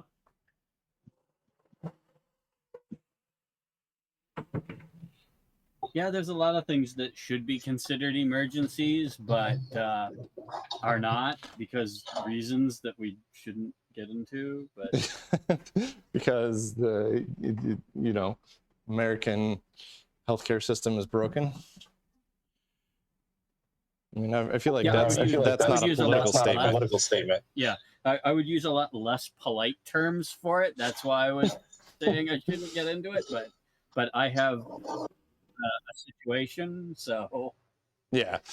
Well, it's what's crazy is like this is now like I'm swan diving into politics at this point, but all of the people that are like socialized medicine is the worst thing ever, we don't want socialized medicine, are people that are currently on Medicare. It's all like, the generation that is bemoaning socialized medicine is the generation that is the most dependent upon socialized medicine. It's just the craziest cognitive dissonance I've ever seen in my life. yeah, it's because they have no idea what socialized even means. They've just been taught that it's a bad word that means bad. Yeah, I mean, the thing is, even in countries like Canada and the UK, there are still horror stories about the healthcare systems and time frames. Oh yeah, I mean, I could tell you one about a guy I knew through the internet. Oh shit! Was that me or you? That was me. That was me. Oh, okay. Windows is doing something. Okay, never mind. Hold on. Let me. Okay. Yeah, it was a flaky USB cable with a hub on the other end I was using for a USB drive earlier. I bumped it with my knee and then anyway. A guy I knew in Spain had a condition arise in his hands. And this guy was an artist by trade. It was how he made his living. And this condition got worse and worse, and they made him wait for all of these specialists or all these procedures. And it took him a year and a half to get where they were finally going to take an x-ray. And he shows up to have the x-ray performed, and somebody has gotten the wrong form. And they're like, yes, we're going to x-ray your feet. And he says, but the problem is in my hands. You have to x-ray my hands. They said, the form says feet, so we're going to do your feet. Oh, no. He said, fine, I'm just going to leave. And they said, no, you cannot leave. The form says, rah, rah, rah. And anyway, they ended up having to strap him crying to a board and load him into the machine so that they could strictly obey the instructions on the form and x-ray his feet. It took them 3 years to finally identify the condition in his hands. By then it had become uncurably degenerative, and I lost contact with him when he lost the use of his hands. My stepmother was a nurse in Great Falls, Montana, and they frequently got cardiac patients driven by, family members from Calgary, Alberta, because if they had a heart attack in Calgary, they would tell them, get them into they would give them the immediate intervention drugs, and they'd say, get them in the car and go to Great Falls and get the catheterization done, because we cannot do it here for a minimum of 3 months. Yeah. And when you consider Calgary, Alberta is 1 million people, and Great Falls, Montana is 50,000. Yeah, there's horror stories on both sides is the thing. Yeah. And there's no good answer. But I do know that what we've currently got is not the right answer. Oh, definitely. And the Affordable Care Act is not affordable. The insurance companies make more money, yeah, and charge much more today than they did before the Affordable Care Act. All right, so the real question here is, looking at the picture that I just posted, and you can't quite see it, I'm not sure how I feel about the location of the TV. I'm thinking maybe the TV goes in a different place and the LGB21 scoots a little further to the right, as does the radio. I mean, I'm also not super in love with the fact that the radio is kind of way in the back and not visible. I don't know. What do you guys think? With the stereo of the TV, the LGP21 is kind of crowded in there. It kind of should be, have a little more room. If that makes sense. Yeah. Okay, something else I just thought of. Do you have the problem where the temperature varies enough between day and night to condense moisture on the insides of windows? No, that's not an issue. Okay, all right. That happens here, and I didn't expect it to happen there. I thought it was too arid. I just wanted to make sure. Yeah, it's too arid, and the AC in here is pretty good. It keeps it. It's like a mini split wall unit thing. So it keeps it pretty stable in here. My brain with the way that bathroom is in that room, I keep thinking that stairs and you're on a second floor. Oh, yeah, I could see that. Oh, because you're catching just a little bit of the door, but you can't quite see what's going on inside of there. Well, see, it kind of pops out into the room that when you've had it cleaned over there. So it's like, oh, that's a stairwell. I'm gonna be honest. Like my mom designed this room, and I would not have put the bathroom in that location, but yeah, she put it there, so that's where it is. It does give some division to the room being in the middle, but a corner might Yeah. make sense. Yeah, I think so. Her thinking was that the the corner on the left where the bed is would be kind of like a guest area, and then the corner on the right would be her sink to work with because she was in here working. And so she would go over there and wash stuff and use that. So that was like a work area on the right that bled into the work area out here in the center. And then on the left side was, your guest area, which, worked for her. But now we're in this awkward situation where it's like to use the sink. I don't know. It just feels very bifurcated over there. Is it a steel building? Yeah. Cool. Yeah. All right. So I think what I'm going to do. The space you're in is better than most of the rooms at East. It's immensely better than all of the rooms at VCF East. Is that spray foam insulation?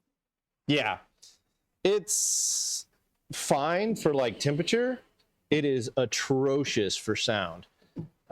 When it rains, it sounds like the end of the world in here.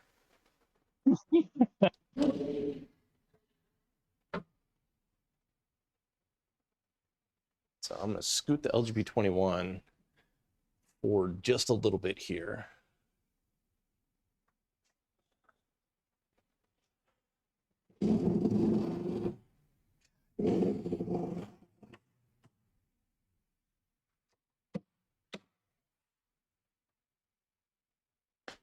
I've got to say that is still a very stylish computer. It's so sexy. That's why I kind of wanted to get it, out of my room and get it into, someplace where it gelled and jived correctly. Yeah, I think that's probably a little better. I don't know where to put the TV now, but the stereo is certainly a little more visible. The LGB21 are you going to looks good relocate there. that loom that's in the corner? Yeah, that's gonna move. As a matter of fact, all the stuff in this corner is moving. But how does the car open? Does it have a tailgate? Yeah. Put the TV in the tailgate. No, the TV's got to have an actual spot. I mean, I could put the TV, I think where Nuka Nuki was thinking, I could put the TV where the loom is. And I think that would look good. So let's work on that. Now, you said you never weaved. Is that a programmable loom? No, this is just a little fold up one. Mom did have a programmable one when I was a kid. It had like a pegboard on it. It was wild. Like a Descartes setup almost. Yeah. I think it was called a Descartes loom. A Descartes loom, maybe. Awesome. It was insane. It was the most clattery, epic sounding thing ever. Then she upgraded it to a CompuDobby, which replaced so it had a pegboard loop, like it looked like a giant paper tape, but it had pegs sticking out of it, and then that was how you program it. You push pegs into the little wood things that are hooked up in a chain, and that would like go around in a circle. And so it replaced that with a bunch of solenoids that directly pushed on it. And so then, she upgraded it to have the CompuDobby. And so then it was like she would loom and that thing would go wham and then set it. And then she would like pull the weft or whatever it's called. And then she'd do the next one and wham and do a different pattern. It was also very, very cool. I've never run one in real life, but I've seen the videos on YouTube of folks in like India doing saris with the with those cards, and it is crazy. Yeah, we went by the so Toyota. A lot of people don't know this, or maybe they do. I don't know. But Toyota was originally a weaving manufacturer. That was how they started before they started making cars. And they still make looms and stuff. So they have a epic museum in Nagoya that's dedicated to their weaving history. And they have, their very first loom, their very first circular loom, which, by the way, is insane. It weaves a circular piece of fabric with no seams. Then they have all the way up to their most modern new looms. And on like traditional looms, you have a shuttle, right? I'm holding it up to the camera here, but it'll take 20 seconds. So you have a shuttle that has your thread on it, and this flies back and forth, going in between the threads that are split to weave in the pattern that you're doing. But this is even though it's very light wood, it's still a lot of mass and a lot of weight to it. So to get faster, they had to eliminate the shuttle. And so the modern looms do it with a water jet. So they just shoot a stream of water from one side to the other, and that stream of water has enough mass to it to carry the thread across. And then there's a contraption on the other side that catches the thread, and then a stream of water shoots it in the opposite direction. It's mental how fast it can weave.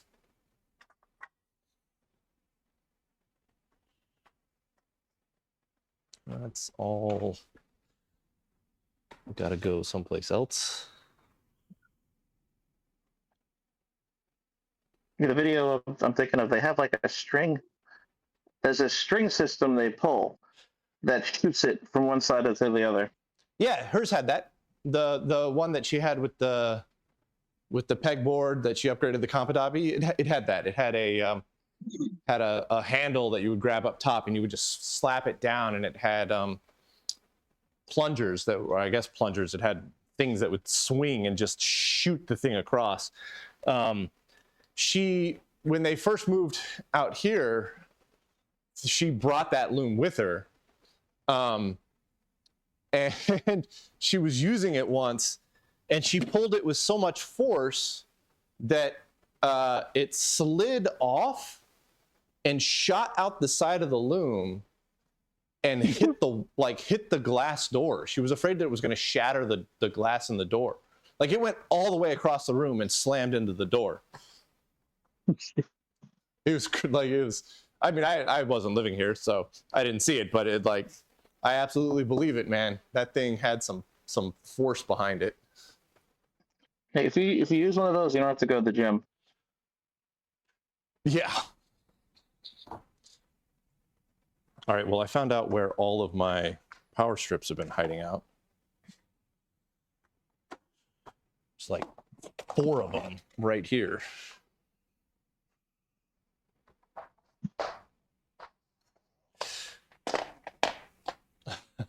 I'm just moving stuff from one side of the room to the other side of the room.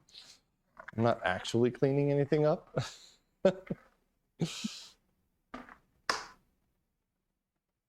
I'm not sure how I'm going to feel about the TV sitting right below the giant breaker box up here.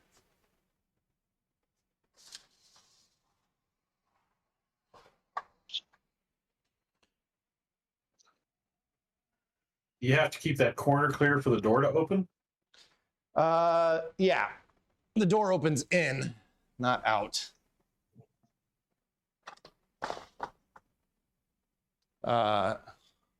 Now it swings towards the window. So, I mean, I have to keep the corner open because it swings towards the window.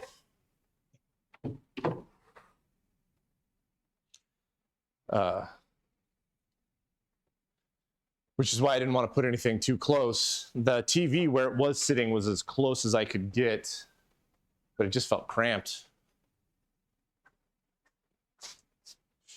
These are 2 tables that are like nice fold-up tables.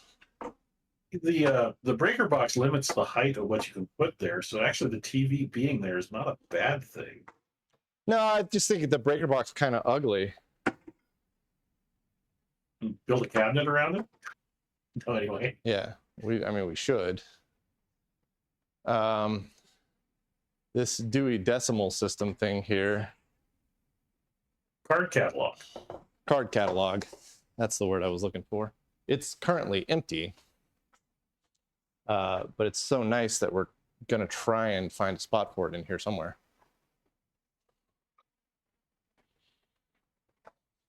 There's one thing you're missing in there. There's a lot of things I'm missing in here, but what's the one thing you're thinking of? Oh, ridiculous thing. A linotype. I I don't feel like cracking the concrete today. You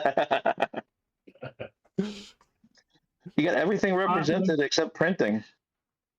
Yeah, Hot lead is so not the best thing for health either. I am a little jealous of Nevitz. I don't know if Nevitz is listening in today. When we went to Arkansas, he snagged a really cool CompuGraphic typesetting machine. Oh, I worked on one once. It's the one that he got. Yeah, the one that he got is it's a fully transistorized machine, no ICs in it anywhere, and it was gorgeous. Now this printed to a roll of photosensitive paper, right? I don't really know a whole lot about it. All I know is that it was heavy as hell. You know, It's probably a RIP, raster image processor. It would make right. The one I worked, ones I worked with, did the RIP, but also printed to roll paper for columns in a newspaper. I think RIP is correct. I remember hearing that term before. You know, if you ever get a punched card computer, you might be able to use that card catalog to hold your punch cards. Well, I was thinking I could put floppies in it. Oh, come on. I'm trying to get the furniture sliders out from underneath the Magnavox, and it is so heavy. What's behind the TV? It kind of looks like it's slanted. Those are good eye, man. Those are giant foam boards with felt on them, and you place squares for quilting on them. I think quilting. Oh. And they weigh nothing. They're just sitting there temporarily because we don't really know where to put them in here.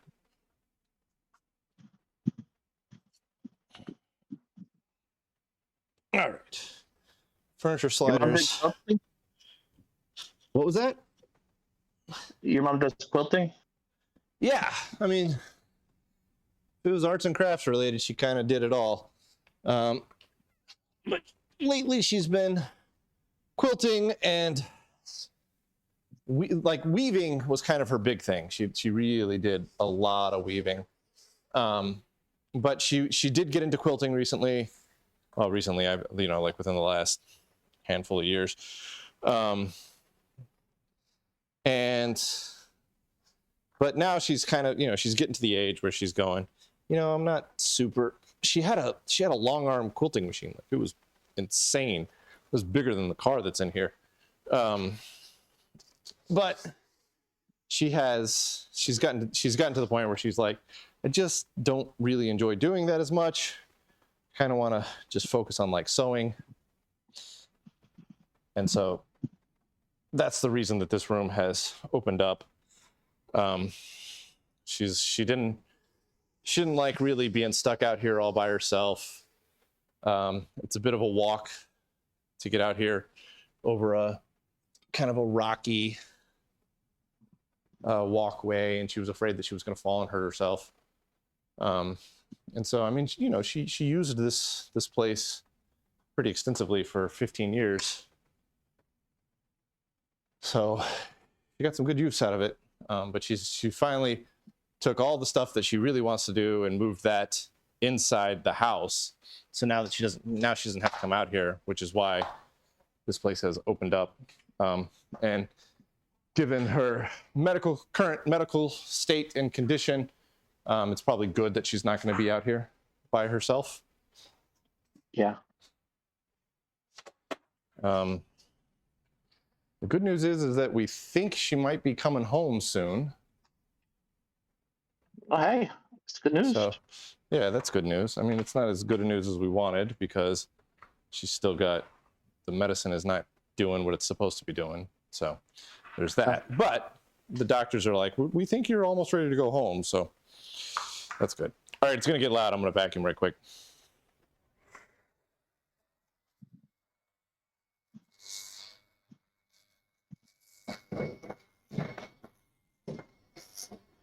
Hey, that spider's still alive.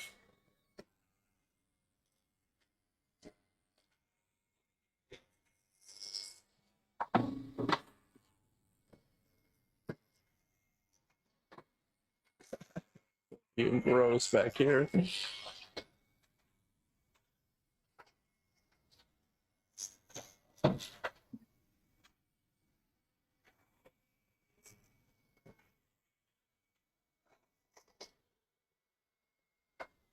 All right.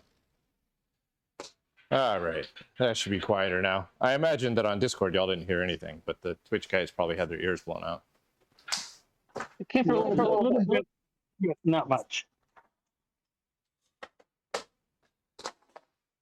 Usually Discord knocks the vacuum out completely until I talk while I'm vacuuming, and then Discord just opens up and is like, here you go.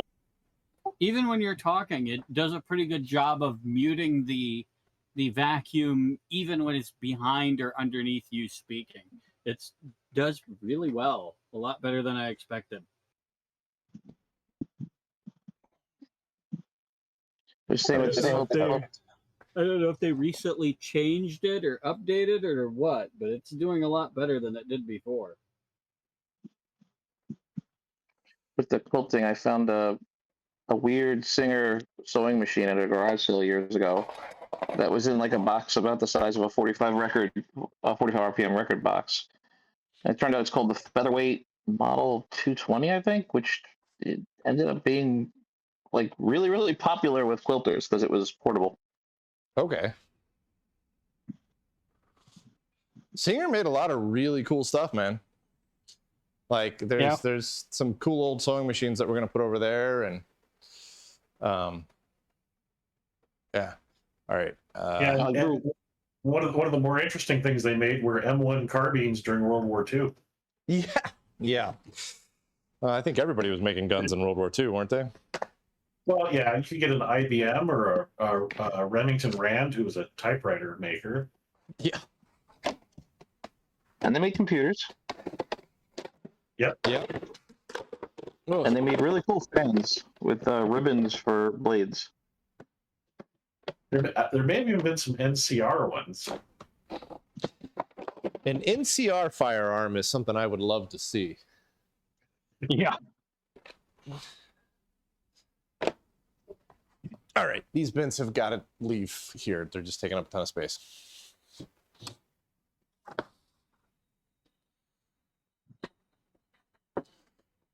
Oh, I should probably. Well, we'll see. We'll see if it can make. We'll see how it does. We'll see if my headphones disconnect. Oh yeah, it was Inland Division of General Motors, Winchester Repeating Arms, Underwood Elliott Fisher, which was the Underwood typewriters, Saginaw Steering Gear, which is also General Motors, National Postal Meter. That's the one I was thinking of, not NCR. Oh, here's the one you want: Rockola. What did they make? Jukeboxes. Oh, I know that. Yeah, no, they made the M1 carbine. These were all M1 carbine manufacturers in World War II. Yeah, lots of people making guns. So you can compare the NCR M1 against an IBM M1. Yeah.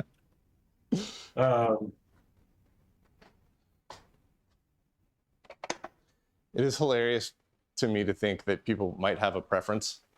Like, nah, man, the IBM M1 was actually the GOAT. I think the best thing about the IBM one is it has the IBM logo with the lines. And it runs DOS. Really? It predates DOS by just a little bit. Yeah. I mean, my personal And the favorite 1130 and the 360. the Hand Tool Rescue did the IBM computing cheese cutter, which is not a joke. They made a thing that would cut a wheel of cheese based on the price and the weight and the size. I forget how it works, but it was a mechanical thing they made. Yep. Crazy. Yeah, I don't know how I feel about the TV over there either. I mean, it might look a little better if I get stuff next to the TV. You know what would look really good right there is a Centurion mini computer. Well, that's where I'm thinking that's going to be right here where the white things are. Those big foam board things. Just if the air conditioner ever clogs, that's where it's going to leak. True. Well, true. You could always put a drip tray underneath it, and just in case. Well, it hadn't been a problem. It did freeze up once. Freezing's not the problem. It's the drain tube. If it ever clogs, that's when it. So it's not an air conditioner issue. It's a mold in the drain tube kind of problem. Well, we haven't had any trouble with that, but it did freeze up on the inside once here and then drip out the front because it was low on Freon. Yeah. We had an equipment room that was long and narrow, and on each end it had a mini split, and they would ice each other up. And so we had to put drip trays underneath them to catch it when they would ice up. And what we ended up having to do is we had to set them like 4 degrees apart minimum to keep them from icing each other up. Crazy. Yeah, it was weird. I had a window air conditioner that would, if you push the couch too close to it, it would start to freeze up and express its displeasure by shooting little ice pellets at the back of your head. My father worked as a change in corporation A&P mechanic at Boeing when the 747 was first built. And they had an error in the air conditioning system that caused it to snow in the cockpit. Oh, that's awesome.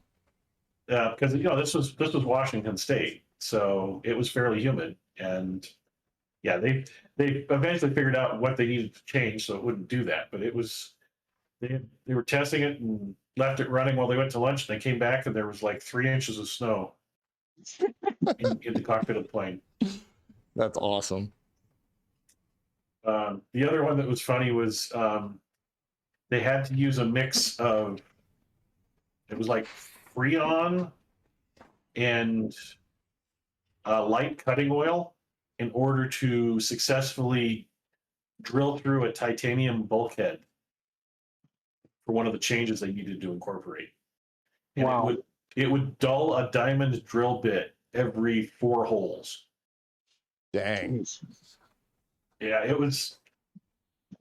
They were going through bits because they had to drill small holes and then connect them together by cutting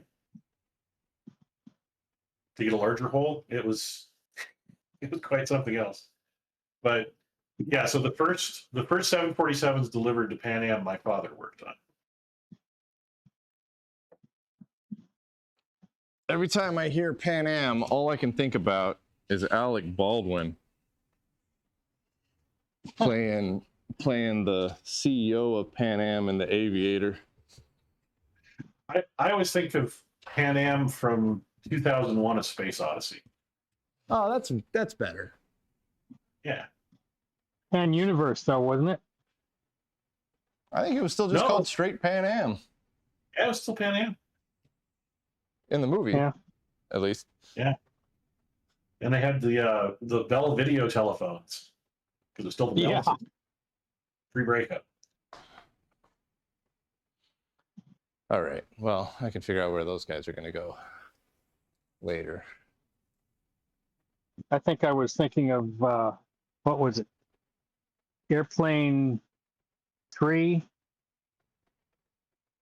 where they used a mock-up of, shall we say, of a shuttle to Oh. fly around the universe. That was Pan Universe or something. Could be. When I think of the shuttle in movies, I always think of Moonraker because I saw all the Bond movies growing up. Well, yeah, that too.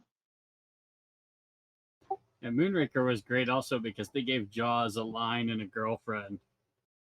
Yeah. I met Richard Keel. He owned a used car dealership in Fresno, California.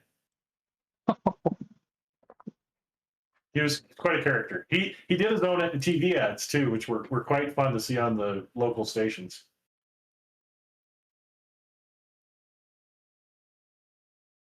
Yeah, there was a friend of a friend who was a cosplayer that looked exactly like him. To the point that when I met this person, I immediately started calling them Jaws. And that my friend had to pull me aside later and say, "Hey, stop doing that. She doesn't like that." And I go, "Oh, Oh,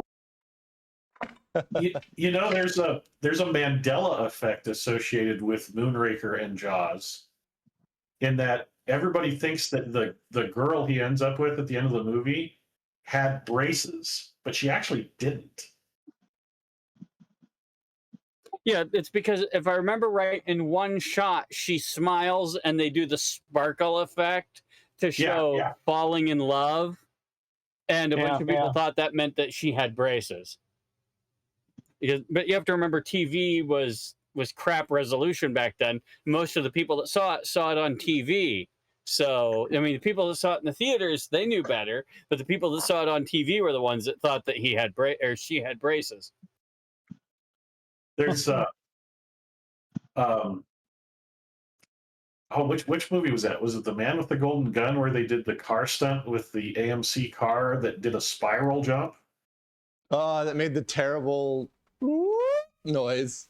Yeah, and they used a horrible sound effect, but to do that stunt, they actually used a computer to model it in advance to get the speed and weight and balance of everything just perfect. And they nailed it on the first shot.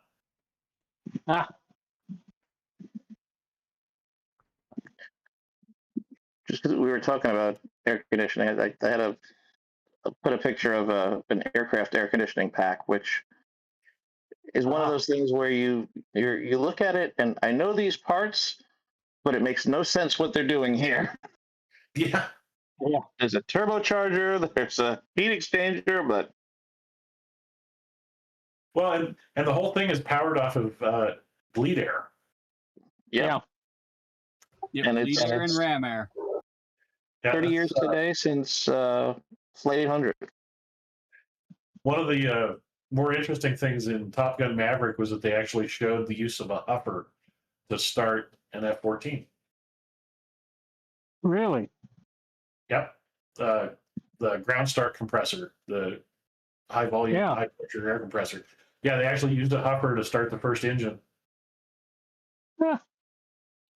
I mean, you know, they CG used a huffer to start a CG engine because they didn't have a surviving F-14 to film with.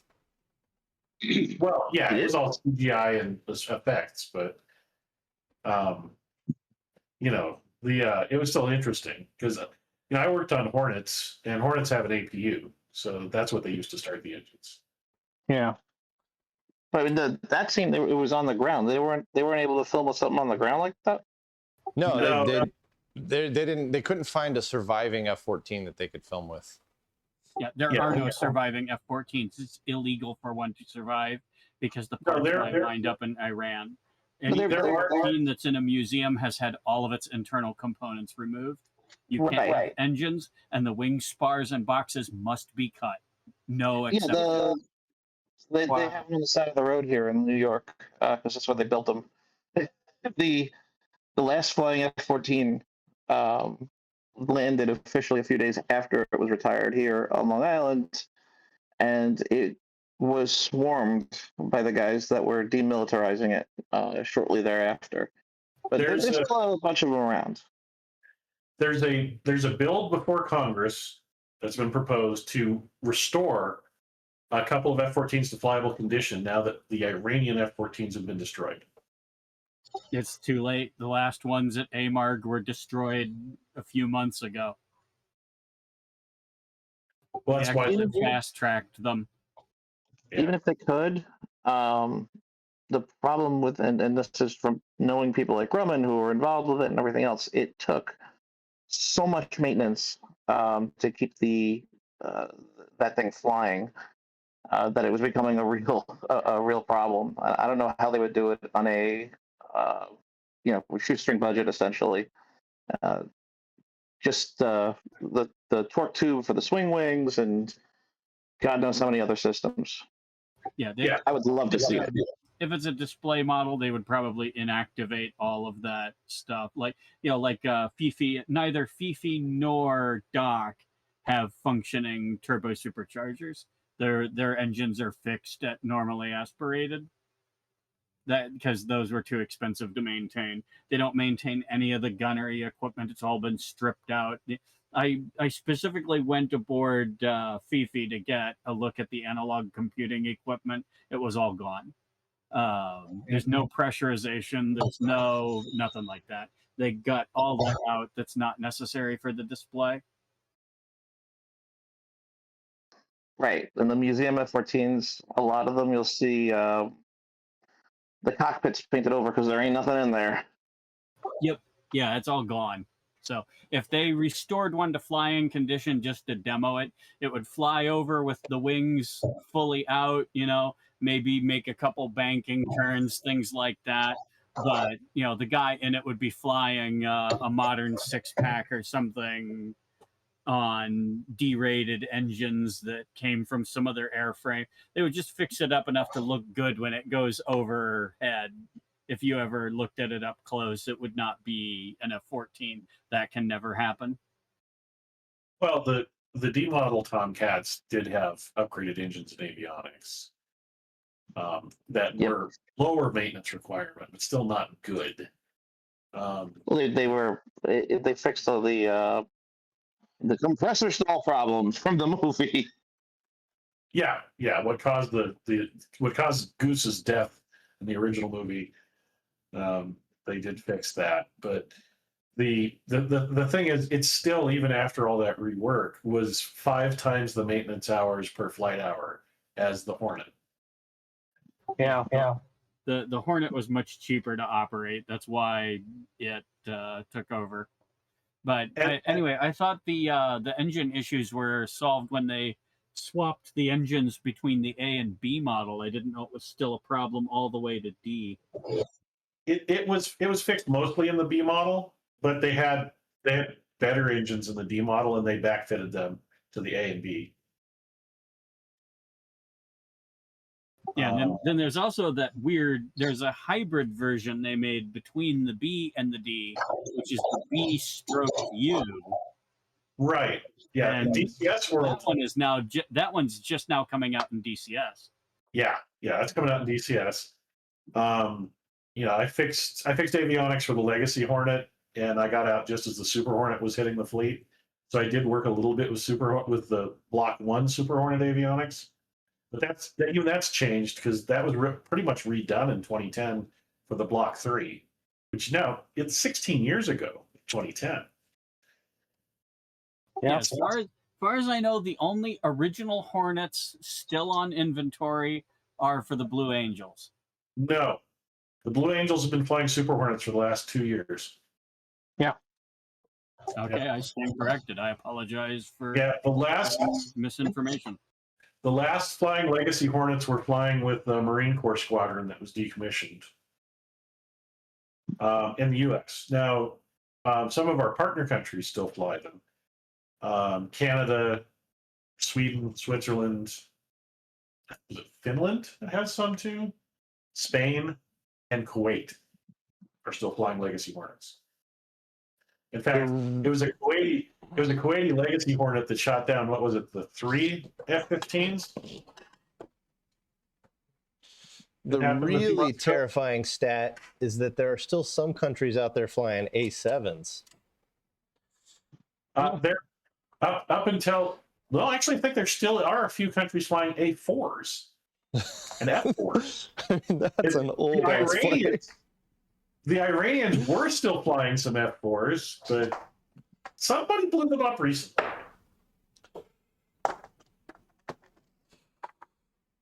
The A7, the A4s and the A7s, man, that is, we're talking about a 50-year-old plane, man.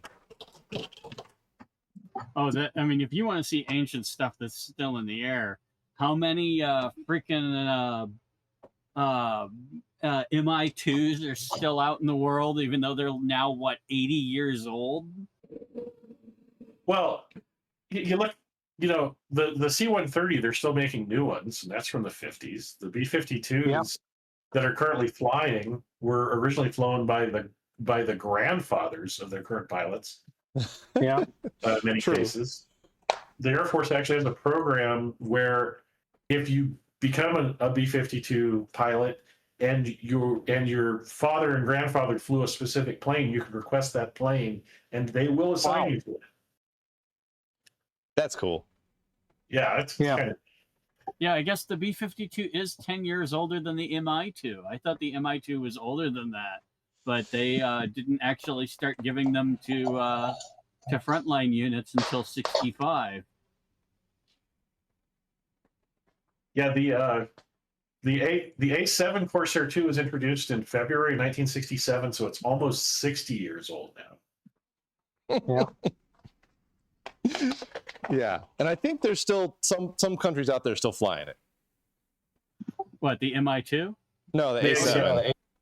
Oh, okay, yeah. Yeah, there's something like 50 Mi-2s that are still on strength, still in active use in Mexico. They use them to fly border patrols. So there are pictures running around of like U.S. Customs and Border Enforcement and a freaking Black Hawk, and then a 1960s vintage Mi-2 flying in formation with it that has Mexican Air Force markings. The last A7s that were flying in operational use were flown by Greece and retired in 2014. Ah, okay. So they have actually been retired. Thailand still has some, but they haven't flown in it at all since 2007. So I posted a picture of a very strange F-14 in the chat. Yeah, I saw it. Nuku Nuki, That the NASA one? Nope. Oh wow, that's an interesting variant. That would take a different squadron patch. Yeah, it's a single tail. Yeah, single tail. The Tomcat squadron patches that have a Tomcat on them. The Tomcat has 2 tails. So the plane you're seeing is full size. It's made of plywood or wood. It's the mock-up. By the time they actually built a flyable one, they realized that's not enough tail. Yeah, so they had switched over. Oh, so it's a really early thing then.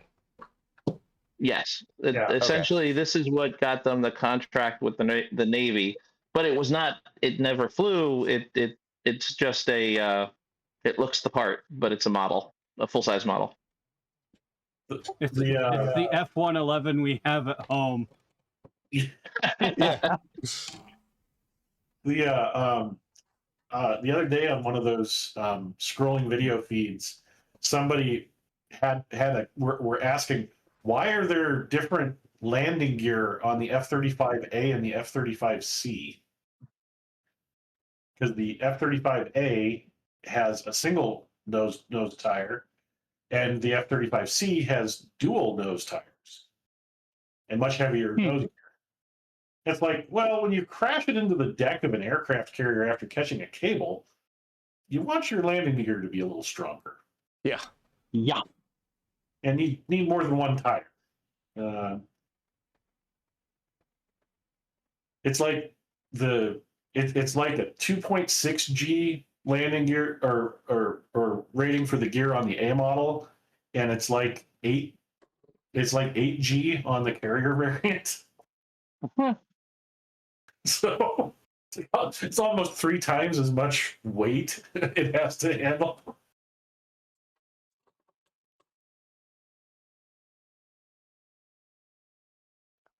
It's a cable management thing for the future. All right, I'm moderately happy with the stereo and the LGP21 now. It looks good. Yeah, it does. And I think. Oh, go ahead. As it's not like everybody's only going to be looking from the angle where you have the camera. Yeah, I mean, that's why I've been kind of just walking around in circles a lot, just trying to look at it from different angles. The camera's right here because if I put it anywhere else, the car just blocks everything. Well, I thought you also had to put it where the Wi-Fi signal was good enough. No, the laptop can't move. The camera I can move around a little bit. Have you considered putting wheel dollies under the tires on the Mitsubishi? No, it's so lightweight. Okay. I was thinking that it might be easier to reposition it in all directions. No, you just lift one end and move it. Yeah, I think it's in a pretty good spot as it is, but just to show you how lightweight it is, like this is, as soon as the video catches up, this is one hand, and I can just like roll it forward and backwards. Yeah, watch this. One-handed. Yeah, here we go. Yeah. The thing weighs nothing. Yeah, it's super lightweight. So is it street legal as a regular vehicle, or does it have to be one of those low speed? No, it's fully street legal. Yeah, it's street legal. The question is it street safe? You Oh, try to take not even a little bit. Yeah, no. So, like, let's talk about how unsafe this thing is, because if you get into an accident, first of all, the steering column is non-collapsible, so you're just going to get a giant spike through the middle of your chest. There's no seat belts. The seats are not bolted down. They are on a pivot on the front, so that way you can fold the seat forward to get into the back seat. But the back of the seat just rests on the metal. No latch, nothing. So you just have 2 pins at the very front of your seat, and that's all that's holding the seat in. The gas tank sits directly above the hot engine. And the windshield, I think, is safety glass, but the side windows are not. So when they shatter into giant, laceratingly sharp shards.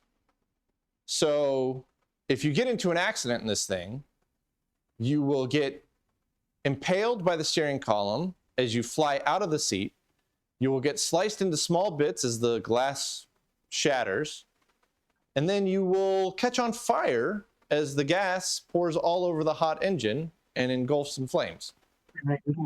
Yeah. So basically, you're only marginally safer than the guy on a motorcycle. I would actually say you are less safe than the guy on a motorcycle. Yeah. Well, I don't know. From experience, I've seen what happens when somebody does the Superman over the handlebars. It's not pretty. So on the Mitsubishi versus a city car. Yeah. I mean, the Mitsubishi versus a motorcycle, we're talking about like you're either very dead or very, very dead. Like that's the difference between the two. Yeah, although I guess the motorcycle rider is going to have safety equipment. Yeah. And you're not in a car. So I guess it balances out. Oh, also, it's got suicide doors.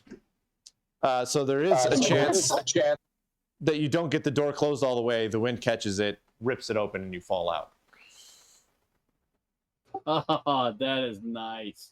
Also, you don't have any seatbelts, so if the door does come flying open, you don't have anything to prevent you from falling out. So, yeah.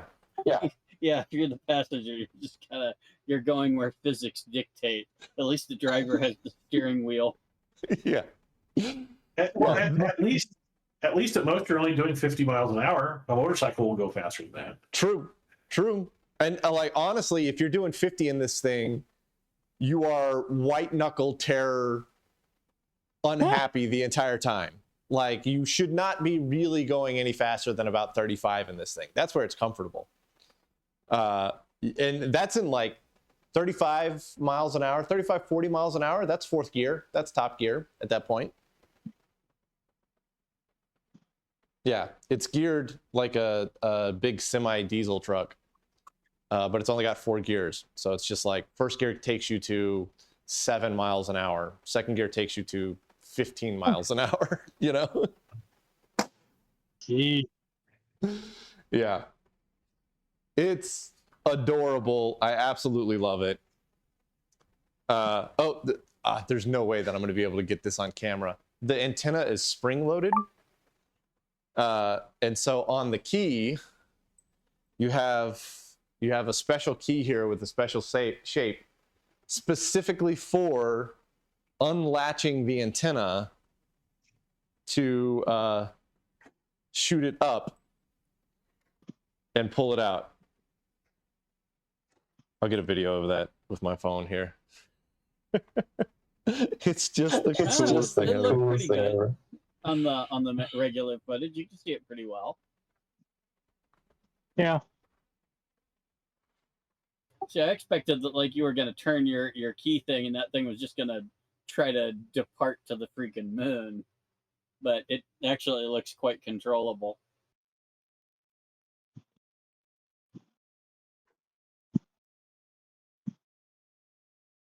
There we go. That's a nice little 7-second video. I'll post that up in the Discord chat. And more reliable than the electric ones. Oh, by Oh by gosh, a yeah, huge the amount. electric ones were terrible. And the electric ones, the worst part was the motor would always crap out when the thing was halfway up or halfway down. Never when it was all the way down or all the way up. That way it just wouldn't freaking work.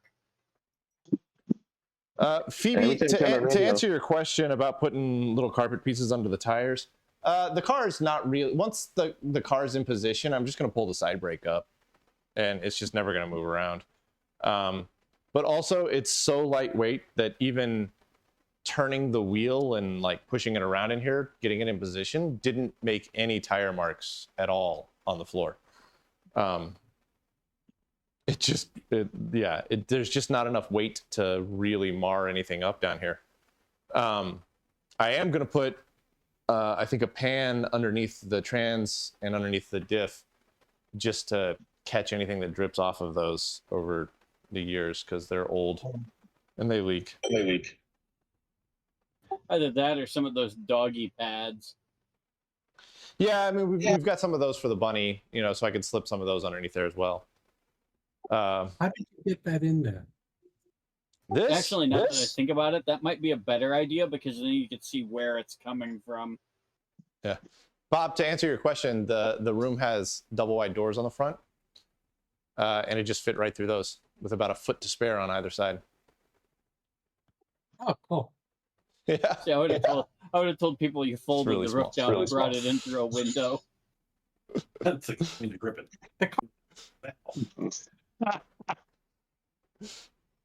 It just folded up and carry it in. Yeah, it's I mean, I feel like I could almost pick it up. I'm pretty sure I could pick the back end up. Brain farts tonight. There's not just You there's just don't not a think good you got handhold. live on video. Yeah. There's just not a good handhold anywhere. I have to get so low. Yeah, okay. Just for reference, me and my instructor together deadlift Almost. the 152 and just manhandle the thing around by standing under the wings and pushing up with our hands. And that thing weighed just a hair over 1,000 pounds. Your car is 900, so 2 people should be able to chuck that thing around like it's nothing. Yeah, if you got 4 people, 1 person on each wheel well, you could just pick it up and move it someplace. Yeah. Oh yeah. I mean, there were one time a group of friends it was a group of friends decided they were going to play a prank on a mutual friend's ex. She had a Geo, or yeah, it was a Geo Metro, and they found her out somewhere, and the 5 of them ran up, picked her car up, turned it upside down, and sat it back on its roof without any. Oh, They didn't even no. make enough noise to disturb the people inside the business that she was patronizing at the time. They were able to do it without being noticed. So yeah, 4 people can absolutely just chuck that thing around like it's nothing. Where's the engine? It's a little low. It's the big black thing here in the center. The right now the fuel tank is missing. It sits right up top here where the brake fluid thing is. The brake fluid reservoir actually bolts to the fuel tank.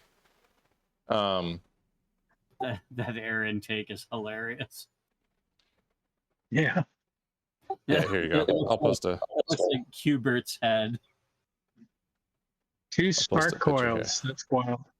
So yeah, so the it's a really interesting engine.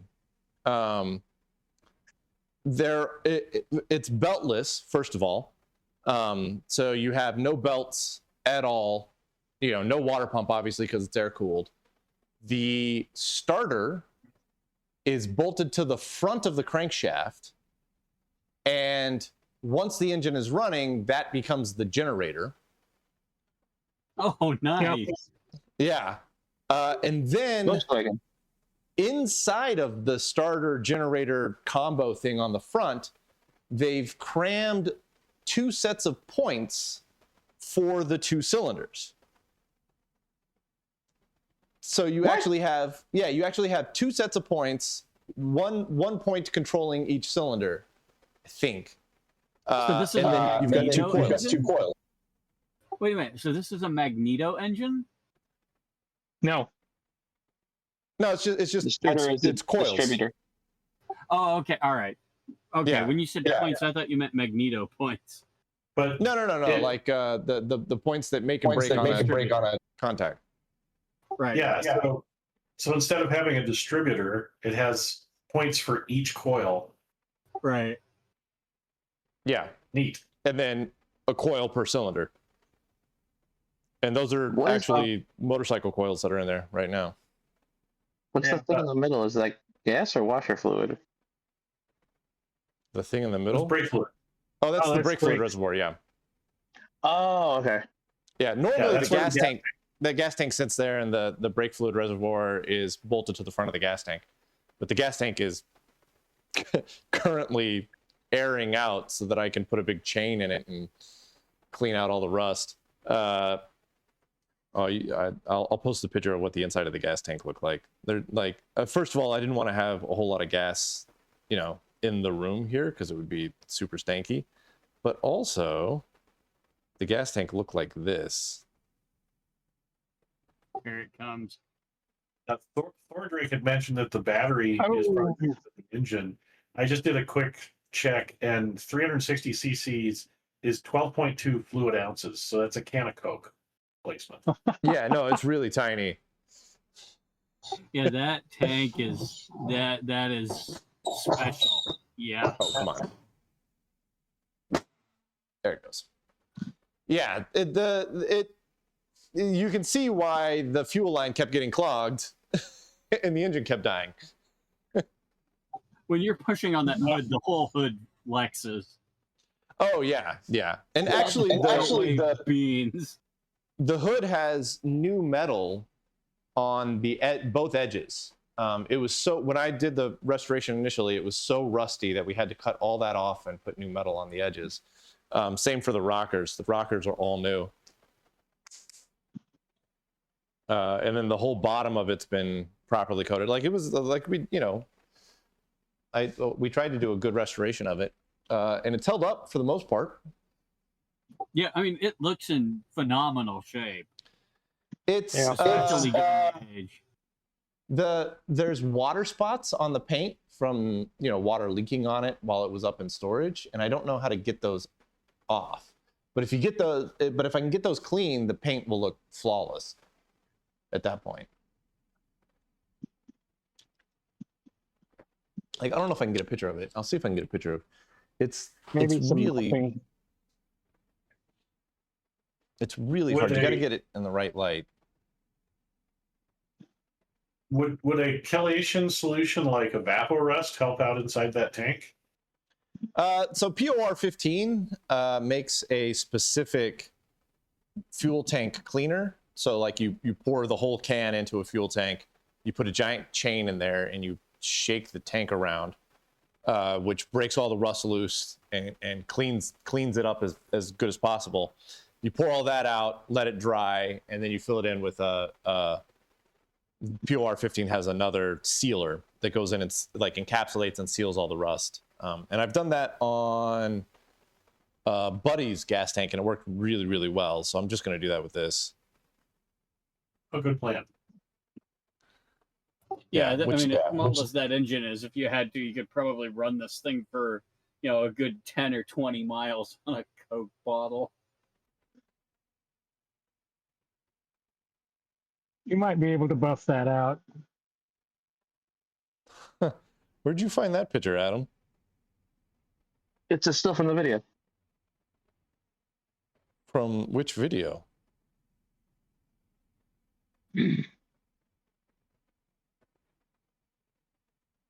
First drive, that one. Ah, got it. Yeah, I was gonna say, I recognize the background. That's the snack bar that was my neighbor. I love the snack bar. Four videos of the restoration from 15 years ago. Oh, Jesus. Is that how long it was? 15 years ago. That was, yeah. So it's a 15-year-old restoration.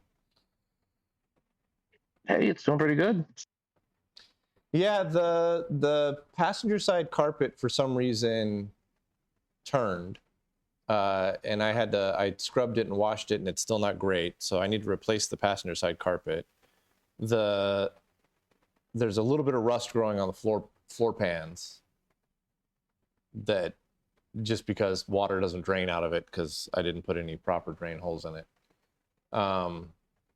It needs new seat cushion covers. The seat backs are still fine. But other than that, I mean, I drove it yesterday. Like we spent 2 days kind of reviving it from a 5-year slumber. And I took it for a cruise yesterday until it stranded me a couple of times. But I know why it stranded me, like the gas tank. The gas tank is a rusty nightmare. And so like if I fix that, I'm gonna pull the tank out, coat it, like clean it, seal it, coat it, and then I'm gonna put it back in dry with no gas in it, right?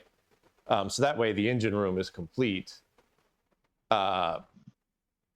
And then if I ever do want to just take the car for a drive, all we got to do is open up the double doors, push it out, pour some gas in it, fire it up, and go. And then when we bring it back in here, we'll have to drain the tank somehow, but that's something that we can do. Or you could just store the gas tank somewhere else. It's kind of a pain to get the tank out because so much stuff bolts to it.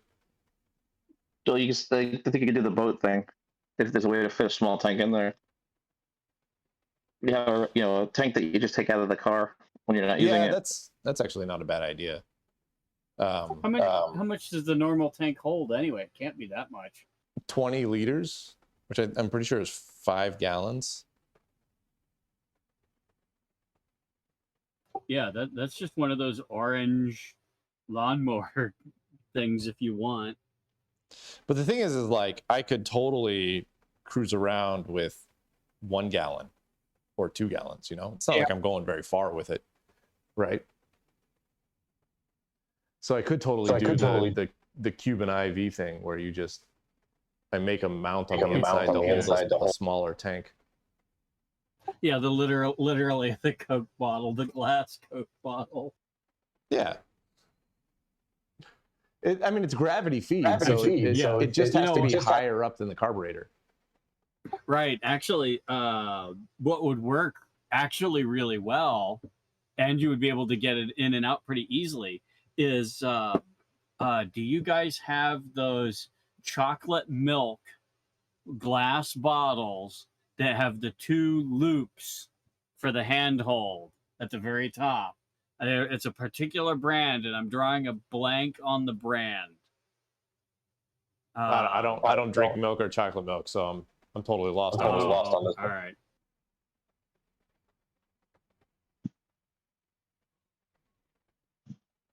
But you know, there's enough space in the engine bay that there's a lot of options. Yeah, and so we could totally do that, and then just push it out, drive it around a little bit, stretch its legs, bring it back in, and just remove the IV bottle, and we're good to go. Yeah, something like that.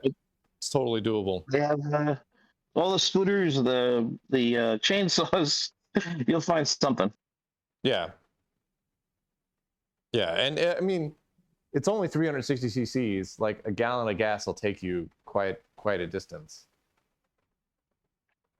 Yep. And you can always carry a jerry can in the back, you know. I guess the brand that I'm thinking of is regional to this area. It's not a nationwide thing. So yeah. Oh. It's Oberweis. And they don't make that style of bottle anymore, and apparently haven't for years. Lame. I saw someone pour gas in a styrofoam cup once, so I'm always concerned about chemicals and plastics. Oh, somebody was doing a homemade napalm. Unintentionally. It's not as bad as the people who were like putting gas in like plastic bags. That was the worst.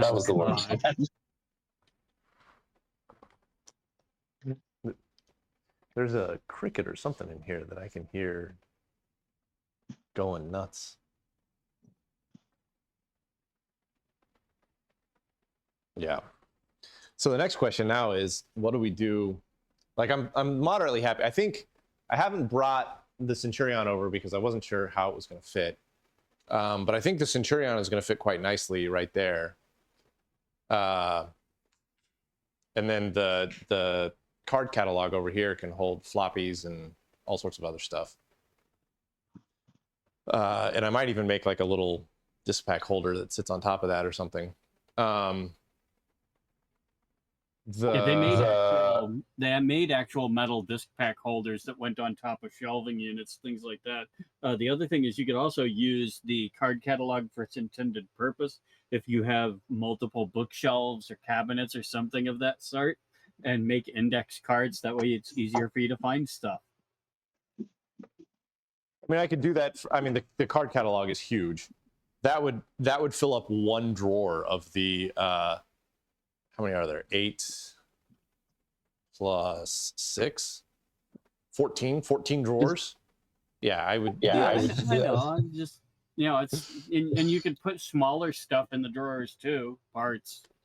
I'm sure you could put those, or you could put those little plastic tubs you can get at the hardware store. I bet they'll fit under the sorting bar. Is it big enough for punch cards? Not quite. If it's the standard dimensions of a library index card, they were I want to say like 4 and some odd inches across. So you could put 3.5s in there, but they wouldn't fit under the index bar. There's a bar that runs down the card catalog drawers from front to back. That's about the top center. at least all the ones I can remember, had that bar. And that was so that when you slid the cards back and forth, they wouldn't get out of order. And then the thing was threaded at the front so you could extract the bar when you were installing or removing new cards. So I just posted a picture that is where the LGP21 used to be and what's there now. Are you making space in the room where you do the work on computers? Kind of, yeah. The problem is, like, so this is this week's video, but also something that needed to happen. The problem is that, like, the Centurion, I do a video on the Centurion once every 3 months or so. So for something that is a non-active project, let's call it, it's not complete, but it's close enough to complete that it's not something that I'm working on every month. So it just sits there the rest of the time, taking up a colossal amount of floor space. The same with the LGP21. Now that we hunkered down, we got it going in time for VCF Southwest, and I haven't shipped the Platins off to JJ Short yet. I need to do that. But there's still some things that we need to do on it, but it's now moved back to nearing completion, not quite as active as a project. So I still want to do, like, you know, play around with programming with it, and we need to fix some other things on it. So I still need to make some videos on it, but it's not going to be at nearly the pace that we were at before VCF Southwest. And so it's just taking up space. Like the Centurion and the LGP21 were just taking up a huge amount of space in the room and not doing anything. They were just sitting there. And so I was like, you know, I can't part with them. They're forever machines. They're too beautiful. And so I was just like, but it would sure be nice if, like, that room that we're usually in is an active project workspace lab area, and then a separate place becomes like a museum, you know, a living museum. So the LGP21 works. It's in here. Centurion's in here. The radio's in here. The TV's in here, etc. And so we have this kind of like living space where you can come in and use the machines. And if somebody comes to visit, they stay in this room. And then whenever I am doing an episode with the Centurion or the LGP21, I just come in here and film. But because it's the guest room, this can't be my primary studio, because if we have somebody come and stay for a week, like, I can't be like, all right, listen, you got to get all your shit out of here so I can film. So the primary filming room is still over there. This just kind of becomes like a museum area.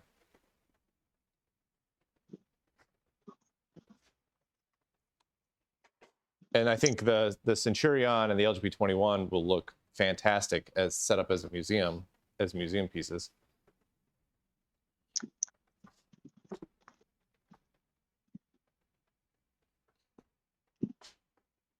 Oh yeah, just don't call it the Living Museum. That has bad history. Yeah, yeah, it is. It is slightly ironic that the Living Computer Museum is very, very dead.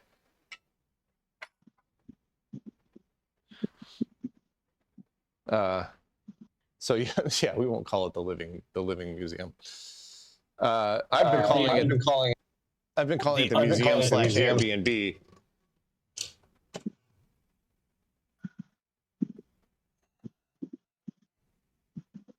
That works.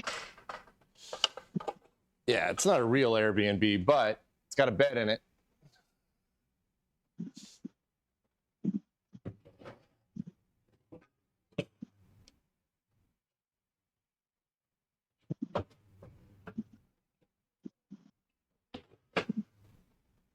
Yeah, you could also call it the Undead Computer Museum or the Zombie Computer Museum.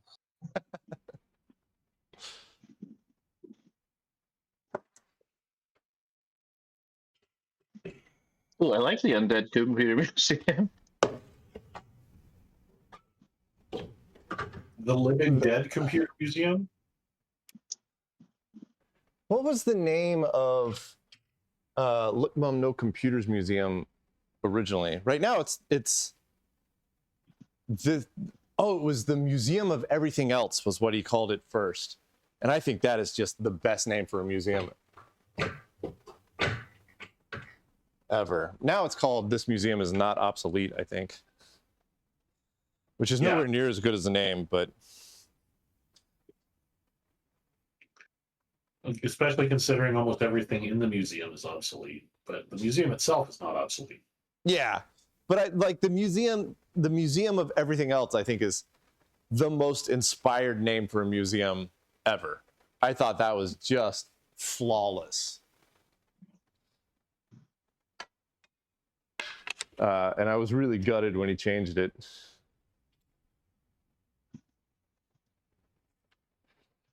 I've been. Go ahead.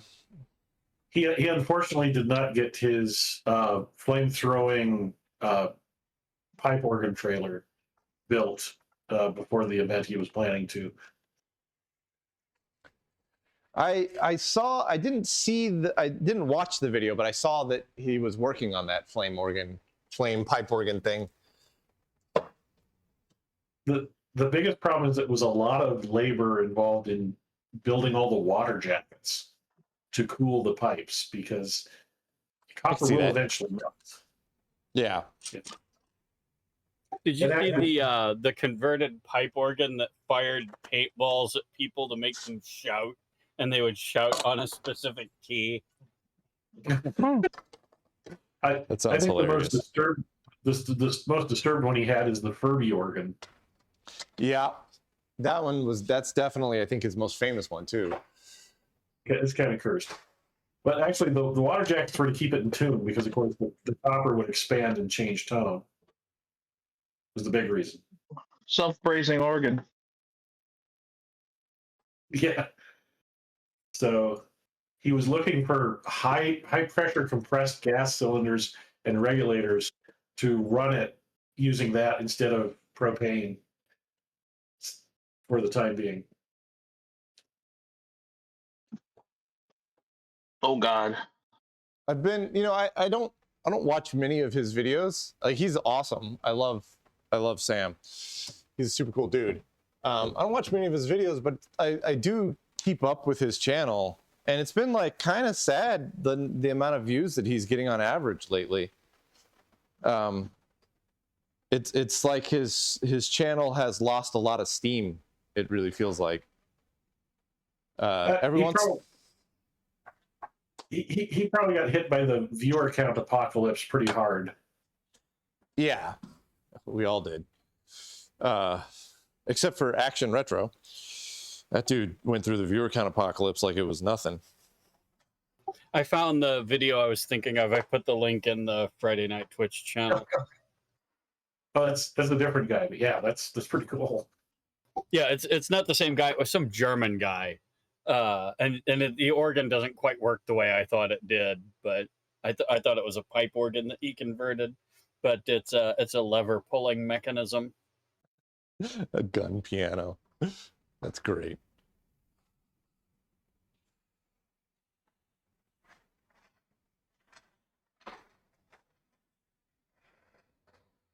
Yeah. We have so many chairs. Speaking of piano, Rick Beato just did an interview with Billy Joel. That was really good, if you're into music. Who's that? Oh, apparently he's Swedish, not German. I'm sorry. Is he the one that did the interview with Les Claypool as well?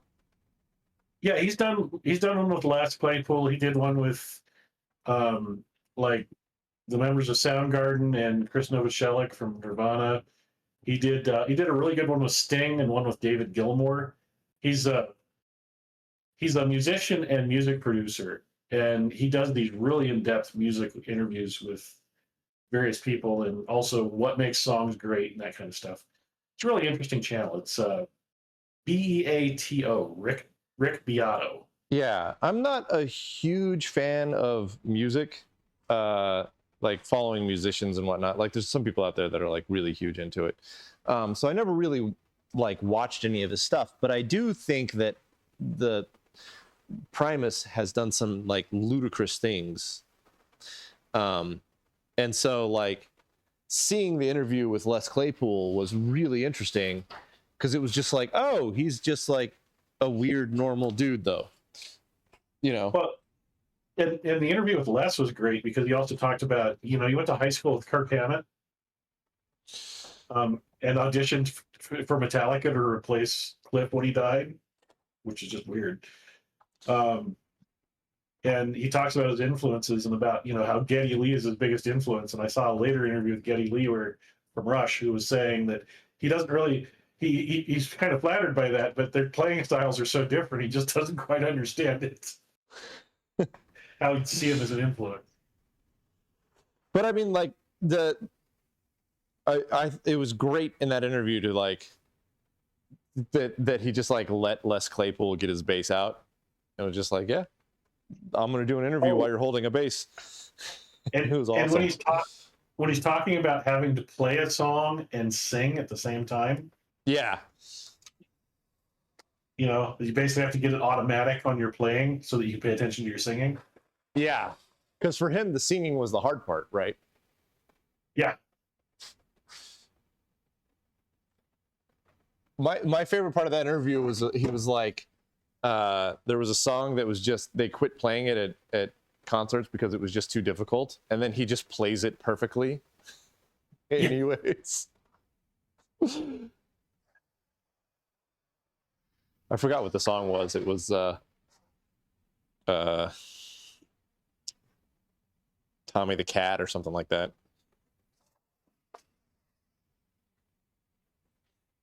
Yeah, it's interesting that he gets into these interviews, and some musicians have been interviewed so many times and asked about the same things over and over again.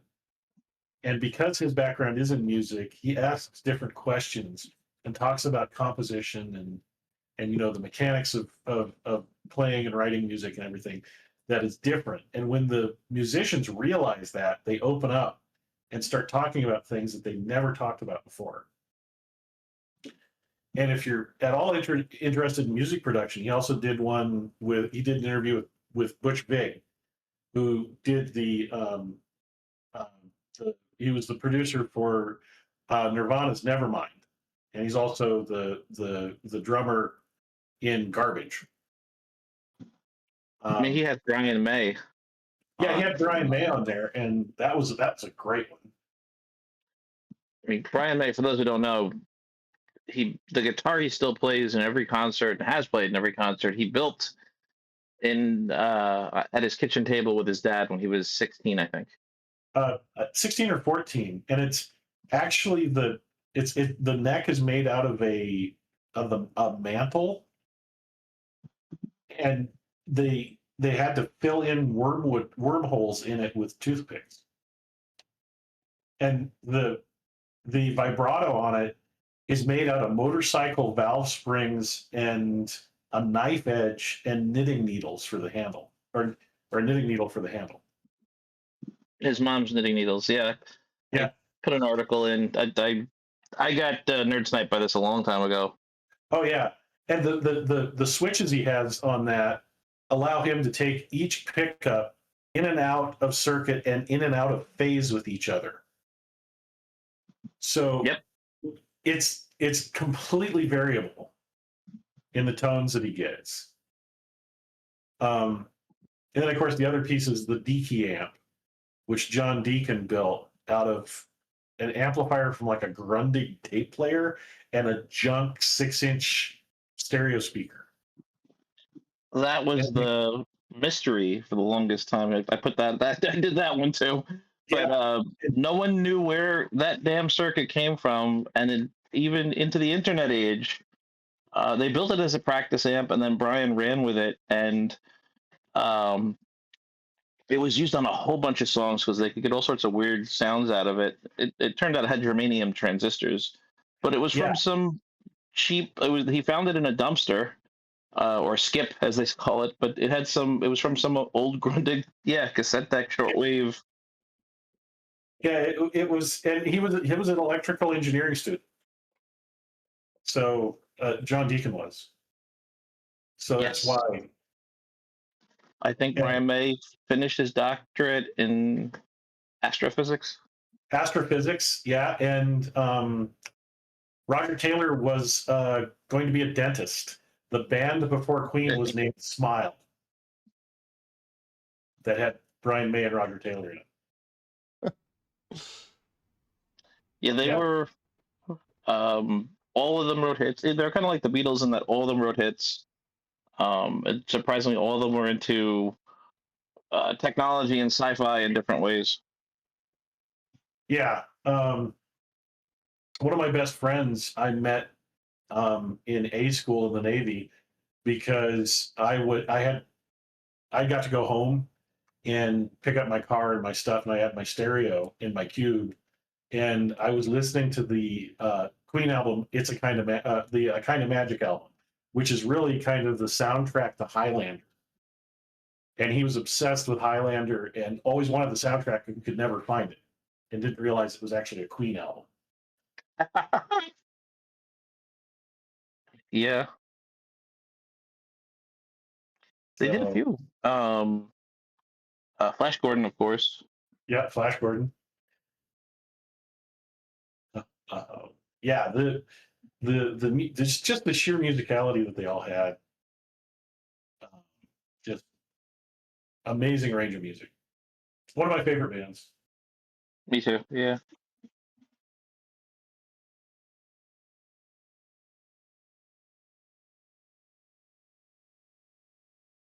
What are you pondering?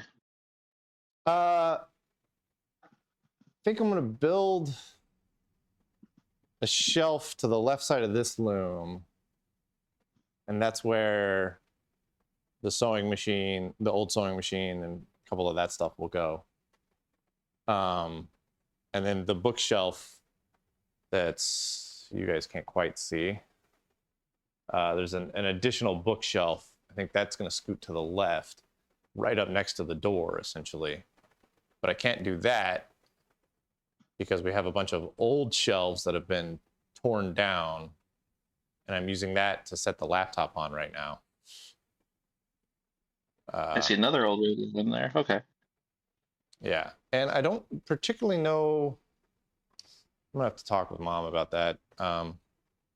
There's two looms in here, and the smaller one I actually like better because it's older. But the bigger one, I don't know where we would put that otherwise. Mom said that she doesn't really want to do much weaving anymore, but she's not ready to part with the looms yet. So we got to find a place for them. Maybe one of them can go inside or something. Can they lay flat? If you put them on the floor, could one go under the bed? No clue. Again, I'm gonna have to ask Mom. Yeah.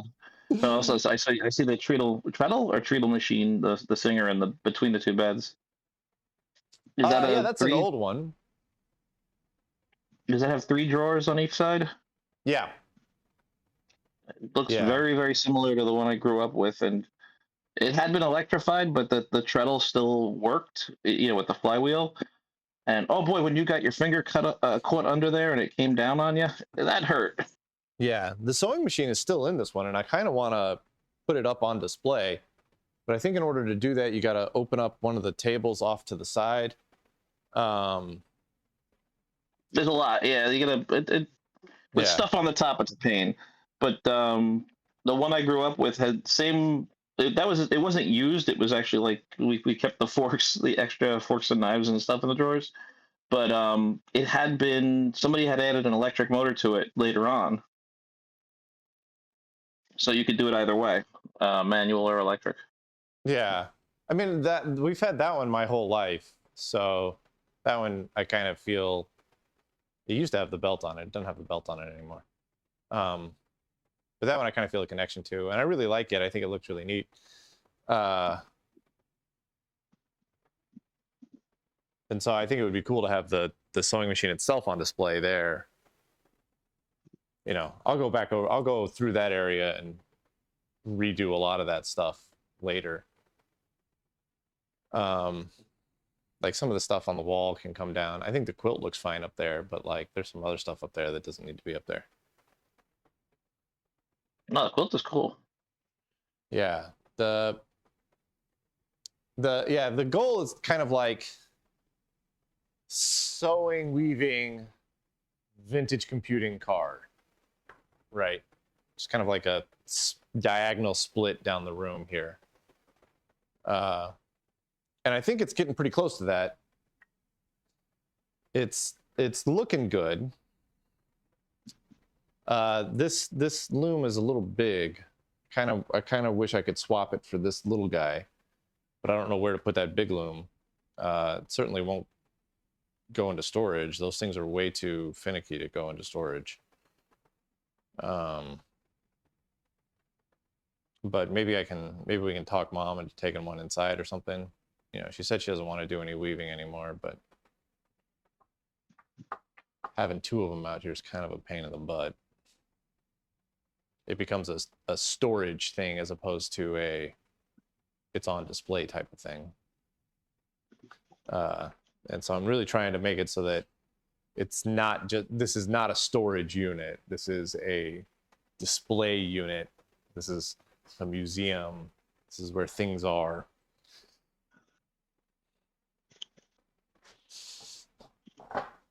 So hopefully we're hopeful that Mom's coming home this weekend or maybe early next week. It's good news. So, yeah, I mean, yeah, we talked a little bit about it last week. She has myasthenia gravis, which has caused her to lose the ability to swallow. And also lose the ability to close her jaw. That was how it started. And we thought it was like a dental thing. So she went through a bunch of, this has been going on for months. But she then she lost the ability to swallow, which meant that, she was on a liquid diet already. And then when you can't swallow when you're on a liquid diet, that's bad news bears. And so the main reason she went to the hospital is because she was, starving to death. And so they started getting nutrition into her, and she's doing a lot better.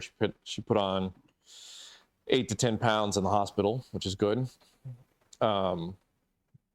That meant that they're getting nutrition into her. They did 5 rounds of plasmapheresis, which is kind of like a dialysis type of thing. It's a dialysis type machine, but it's not dialysis. And that did not work. They were really hoping that they were going to see like massive improvements from that, and they didn't see any improvements. So they moved on to antibody injections. They did that over the past 3 days. And as of this morning, that was the last phone call that I had, she was a little better. She was able to start sipping water a little bit. And they did some surgery. They did surgery to get her a proper feeding tube in. So she's got a proper feeding tube that she's going to come home with. And they're going, you've got a feeding tube, you know how to use it. We think these injections are going to make an improvement, but you're going to have to relearn how to use all the muscles up here because you haven't used them for like 6 months. And the signals are different. So we're thinking that they're going to send her home with some meds that she can do through her feeding tube. And then it's just a kind of a physical therapy, work with it, try to get back up to some semblance of, if she can get to the point where she can start drinking smoothies again, that's great because she can start getting protein in. And then if that means, like, if we've gotten to the point where she can swallow, that means that the muscles are starting to get better, and then she can maybe get to the point where she can chew again, and then she can get back to eating normally. But either way, she's got to come home from the hospital because being in a hospital sucks. It's just the worst thing ever. What's up, the Bong Master? Yeah, you caught us on our first. This is the first time to catch our stream, and we're talking about some really heavy stuff here. Sorry, but in my defense, it's almost 1 a.m. So when it gets to 1 a.m., that's when the heavy talk comes out. But no, it's as heavy as the talk is. It's good news because we think that she's showing some signs of improvement. The neurologists are hopeful, and we think that she's almost ready to come home. So we can get her back home, and we can start working on getting her back to healthy. Which also means the hospital's an hour and 20 away or an hour and 30 away, so we can stop making that drive. That'll be very welcome. It's good news. I hope the plasmapheresis starts kicking in. It's like a dilution thing from what my wife told me. So just they just keep doing it. At least it's not like a medication where you're just piling more crap on. It's plasma. Yeah. So they as I understand it, they pull the blood out and they centrifuge it, and they remove a certain weight. And that specific weight is equivalent to specific antibodies. And so they're removing the antibodies that are blocking the signals that go between the muscles and the brain. Because the myasthenia gravis is your body produces antibodies that block communication between your muscles and your brain. So you lose control of your muscles. And it starts... myasthenia gravis seems to start from the top and work its way down. You get droopy eyes. You lose the ability to chew. You lose the ability to swallow, and then it works its way down. And so, if you remove the antibodies that are blocking that communication, your brain can start talking to the muscles again, and then you can move on. But the plasmapheresis didn't seem to give them the result that they were hoping for, so that's when they moved on to now they're actively putting different types of antibodies in or something. It's globulin is the name of it. I don't know. I've been reading along on the Mayo Clinic as I'm getting information about from the neuro doctors. But it really is. What was that? Gamma globulin. Something. If you pull up the Mayo Clinic's website on myasthenia gravis, they have a tab for treatment, and we've been kind of just going right down that list, it seems. So yeah, I don't know. We'll see. Hopefully, they say that the globulin, the antibody injections, should start to see improvements within a week, is what Mayo Clinic says. And so, she started getting her treatments. Her last one, they did them 3 days in a row, and her last one was yesterday. So she's on day 4 since her first treatment. So hopefully Saturday, Sunday, she starts seeing more and more improvements. She starts being able to swallow more. And then by the time Monday rolls around, the doctors will be like, hey, you're making improvements. Go home, work on getting better.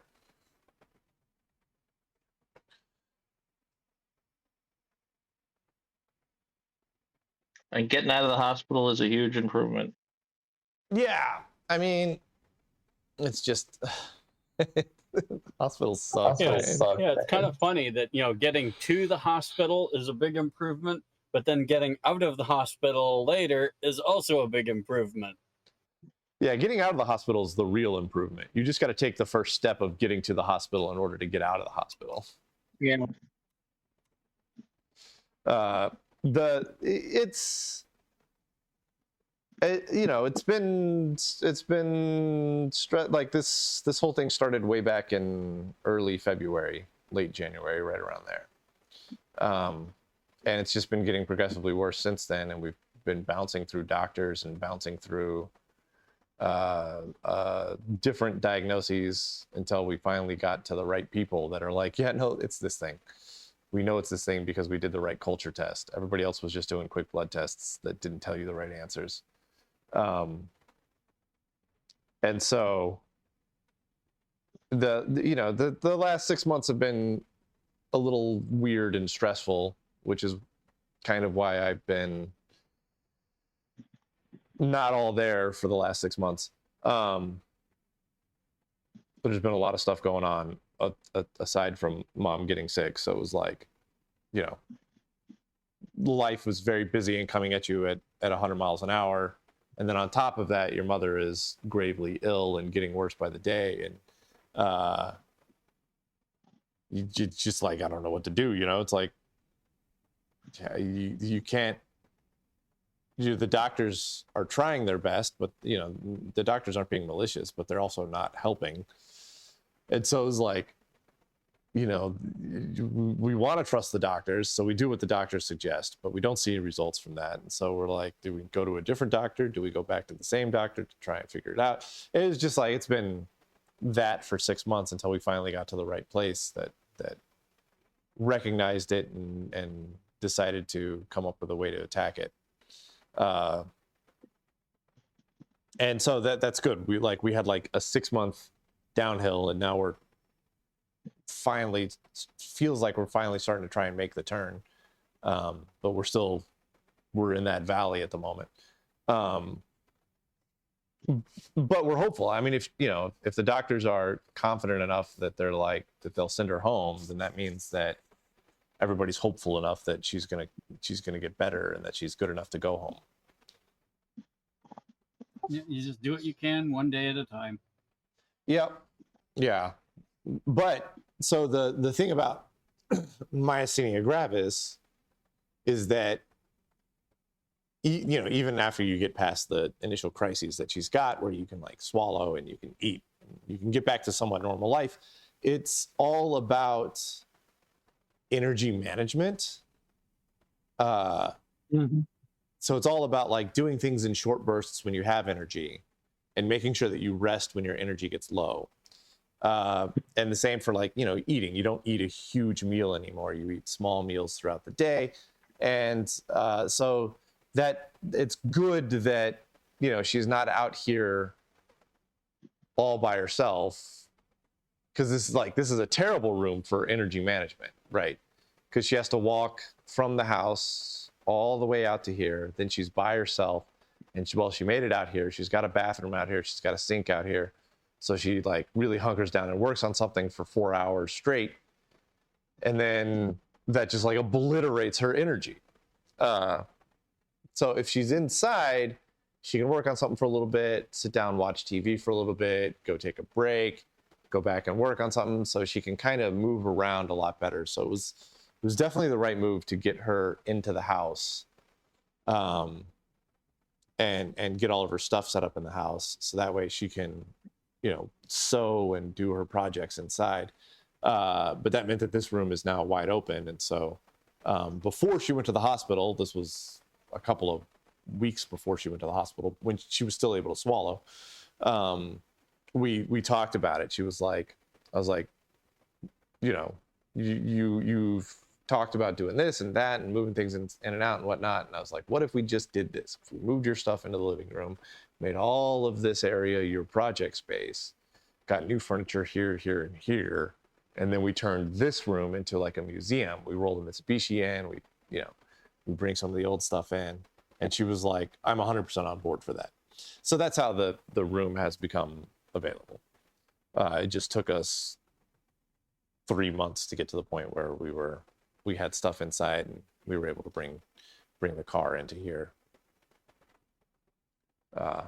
Which I think is going to be awesome. I think this room is going to look amazing when we get it there. And it's going to open up a lot of floor space in my room to get some stuff out of questionable storage into a nicer place. Like, I really want to get HP gear set up.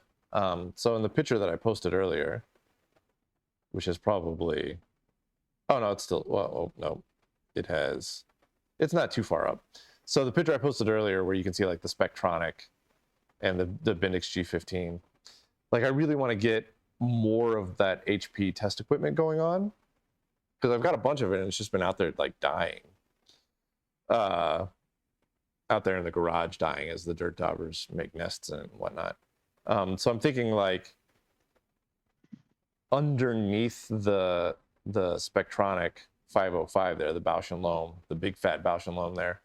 I think it would be cool to like get some HP equipment underneath that, and then maybe fill in the cabinet off to the right of it. I don't know. I'm still not fully sold on this setup here. So unfortunately, we're not in that room, so I can't point the camera at it, but I can post another picture I tried.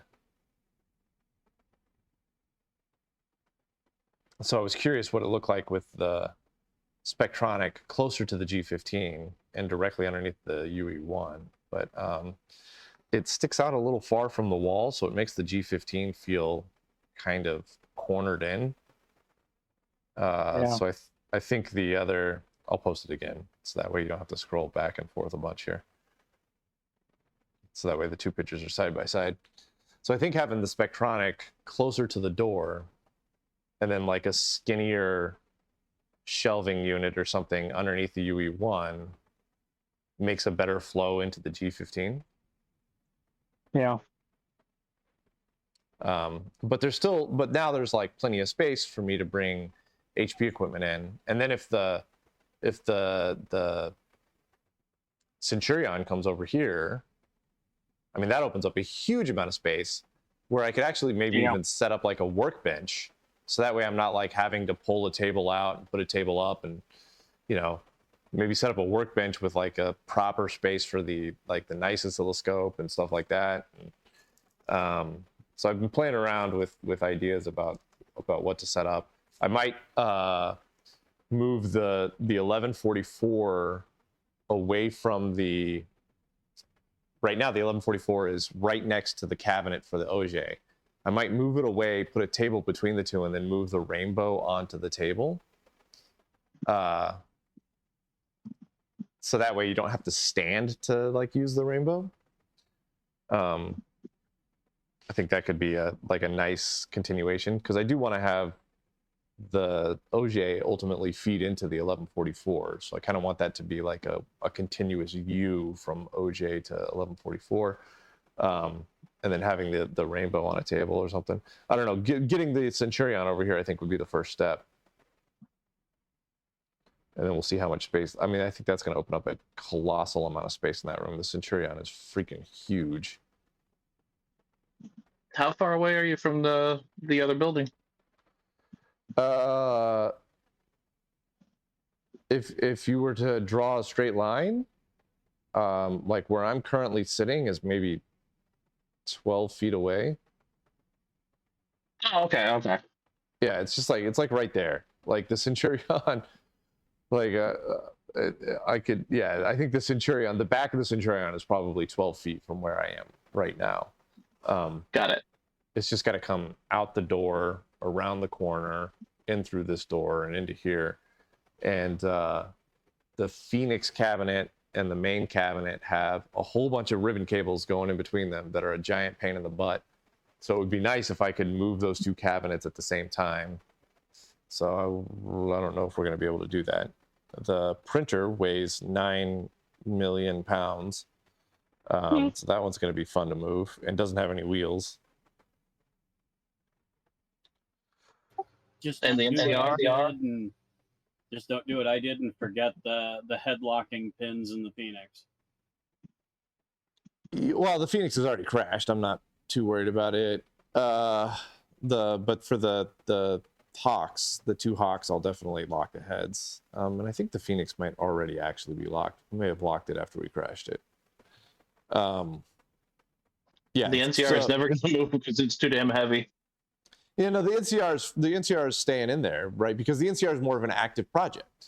Also, I'm trying to generate more space for vacuum tube projects. So we had there was a point where the only vacuum tube projects that we had in the room was the Bendix G15 and the UE1. UE1 is complete against the wall. So the only vacuum tube project in the entire room was the Bendix G15. And I really want to get back into vacuum tube projects more. You know, not exclusively on YouTube, maybe, you know, bouncing back and forth between YouTube and Twitch, or, you know, maybe the HP equipment will be something that we do on Twitch. I mean, we did a couple episodes on Twitch a while back with the HP equipment.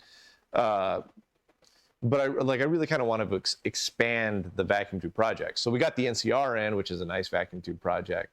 And then the Spectronic 505 is a big vacuum tube project because the whole inside of that thing's full of tubes. And then all the HP equipment will be vacuum tube projects. And then UE2, you know, whenever we get around to working on that, that'll be a new vacuum tube project. So I'm kind of trying to expand that wall where the Spectronic is right now, fill that wall out with vacuum tube projects, and then have the Bendix G15 and the NCR fill out the other wall as vacuum tube stuff. So that way I've got kind of like a whole third of the room dedicated to vacuum tube projects. And then the other half of the room will be pretty much PP11s, I think. I don't know what else would go over there. The TI 980, the TMS 9900 homebrew.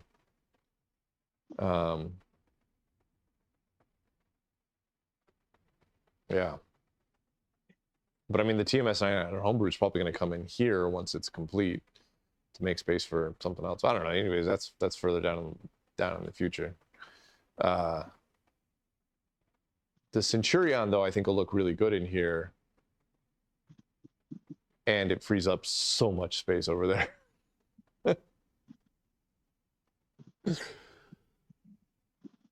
So that's the first step, is get the Centurion over here.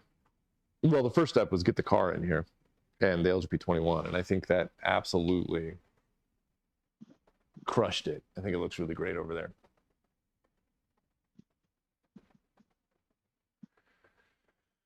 Very cool. Yeah. And then I would like to put the TI 99.4 up somewhere. And I was thinking that I would do it kind of where the TV is right now, where the old TV is right now, bleeding into the Centurion. But, well, with that TV there's not really a good place for the TI 99 now. And it doesn't, I think the TI 99.4 is so long that it and the Centurion together takes up almost too much wall space. So I don't know. I would also like to get the NEC PC 8001 set up somewhere. If I could get the TI-99, the PC 8001, and the Centurion in here, I would be really happy with that setup. So I don't know. Maybe we'll put the 8001 over here. I don't know. That's something that once we get the Centurion in here, we'll be able to make better decisions about that, I think. I could put the 8001 on top of the card system, maybe.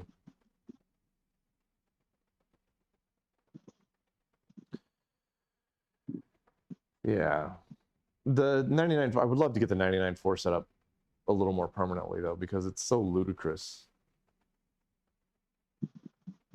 Do you do a TI area, you know, with all the TI stuff? Well, so the 980 is going to stay in the other room over there. And I would like the 99.4 to come in here because it's a complete project. There's no work that needs to be done on it. So the TI projects are going to be kind of split anyways, because who knows if we'll ever get the 980 working. That feels like the project that never ends. We're getting our asses kicked on it. I'm holding on to that victory that RAM is refreshing. The fact that you know you got that far so far is a lot for something that sat in the field for how many years? At least 20, probably 30. Do you have any idea where it was when it was sitting out there? When it was out in the field? Oh, I don't think it was in a field. I think it was in a dude's barn. Which is like equivalent to a field. I mean, it's, you know, it's not sealed, generally, you know. Especially if it's a dirt floor barn. Yeah, it was gross. is bad. Most are, but most old barns are. Yeah. Dirt floor is okay. It's the cow poop floor you don't want to be in. Yeah. That's true. Yeah. Well, enough animals had made a home in that thing over the years that it might as well have been a cow poop floor. I mean, the first thing I did was wash it with the hose repeatedly. It was disgusting. Yeah, I mean the RAM is refreshing, right? Like Adam said, that's a pretty solid victory. The like honestly, it's purely on the CPU. Like it has to be at this point. The CPU has to be stuck in some kind of not letting anything happen state. Yeah. Well, we've got a lot of work being done on that avenue at this point. Got a couple of people doing schematics. Yeah, I'm working with I can't think of his name. Unique Nerd Man. I've been reading. Yes. Yeah. I've been working with him on that. And he's been a real big help getting the data to schematic conversion. Yeah, you guys are doing excellent work. I'm still not sure what to troubleshoot next. You know, we have excellent information, but I'm not sure where we go with that. I'm not sure what to do with the information that we've got, I should say. So that's where the tool I'm working on at least could help with coming up with a game plan. It did provide us with a number of signals to look at. And just for everybody, what I did was I'm using an AI tool. I essentially pumped in all the PDFs that we have, and it gives you back. This is the Google LM Notebook or Gemini, whatever the hell they call it, but it actually will give you back information and then references. So it tells you where to look when you ask it a question. It tells you where to look to verify whatever it's trying to say. So I take everything with a grain of salt, but so far it seems to have a decent game plan. Yeah. Yeah, I mean it's the like I know so little about how the CPU works that I can't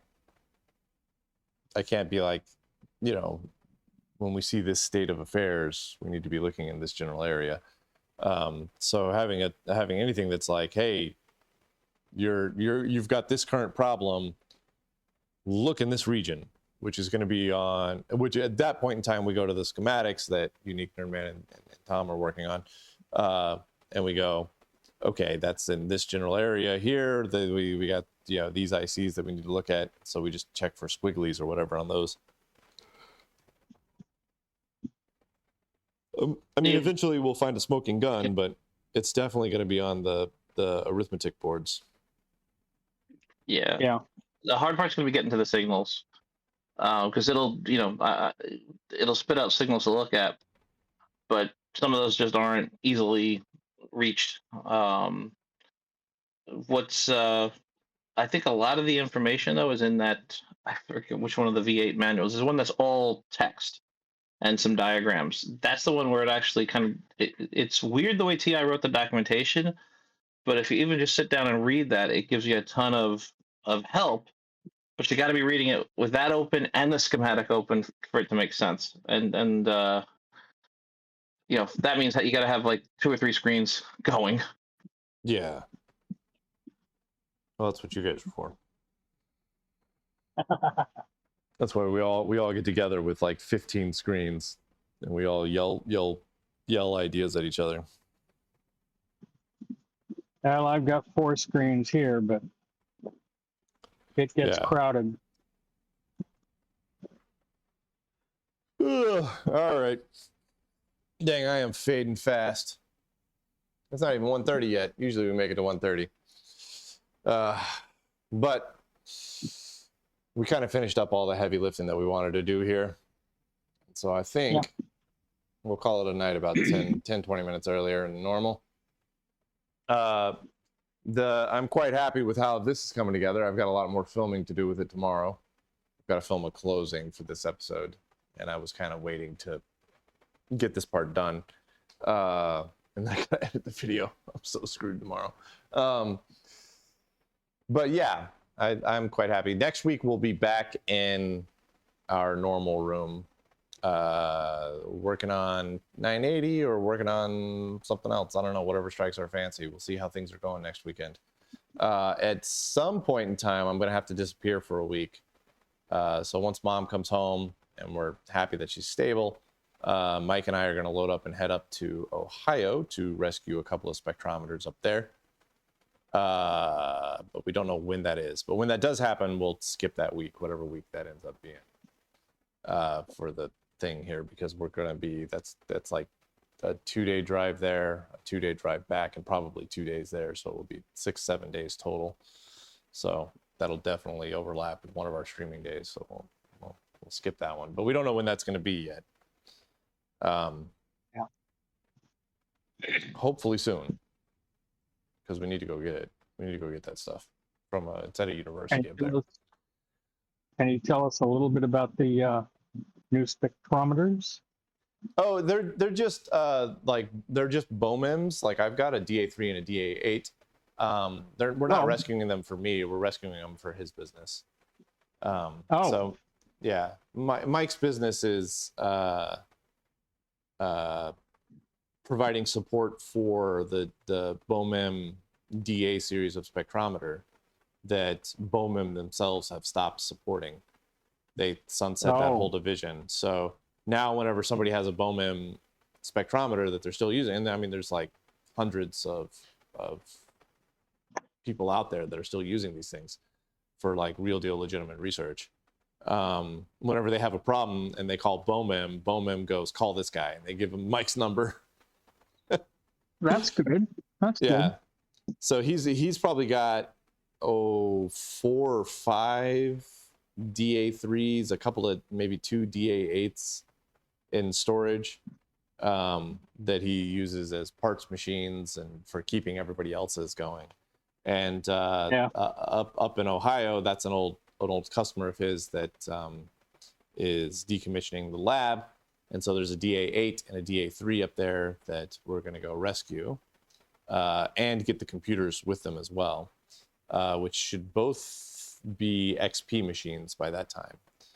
So we're actually going to rescue some vintage computers too in the process, it seems. And he sent me a couple of pictures of that lab, and it's like, it's mental, man. They were doing, they had some really unique detectors that required liquid helium cooling, which is the craziest thing to think about ever. Liquid helium. Like I think of liquid nitrogen as being cold, but liquid helium is like another order of magnitude colder. Yeah. And also, but he was like, I don't want any of the liquid helium stuff. It's just too expensive to mess with that anymore. I work with liquid nitrogen at TI in Houston, and it's fun to play with, and you got to be very careful with it. But wow, stuff is so cool. Yeah, but liquid nitrogen compared to like liquid helium, liquid nitrogen is helium. Yeah, it is hot almost, right? Yeah. It's so much easier and safer than liquid helium. Like liquid nitrogen is you first of all, if it gets on you, the Leidenfrost effect just means that it boils immediately, and it just falls off of your hand. So there's that safety aspect of it. Safety aspect of it, but also it's nitrogen. So as it boils and just turns back into a gas, it's just 70% of what we're already breathing. So there's no real worry there, which I think is great. And like we spilled it, like the detector that I've got on there right now that Mike brought over is a INSB, which is indium antimony. Is that what SB is? I think SB is antimony. I don't remember. It's an INSB detector that needs to be cooled by liquid nitrogen. And so he brought his doer over, and we were like pouring it in, and we spilled some on the floor. And it's just like, you just don't care, because it just like hits the floor and boils immediately and doesn't stain the floor because it's nitrogen. Right? Just like, it's so easy to work with. Just like, don't drink it, and wear gloves, because it's whatever you're holding is going to get like super mega cold. That'll actually give you frostbite. Like I had to hold the funnel, and he's like pouring it in, and like liquid nitrogen bounce off of my hands. Fine, I don't even feel it, but the funnel itself is getting so cold I can't touch it anymore. Right. So it's kind of an interesting thing. I need to pick up a doer and then go get some liquid nitrogen.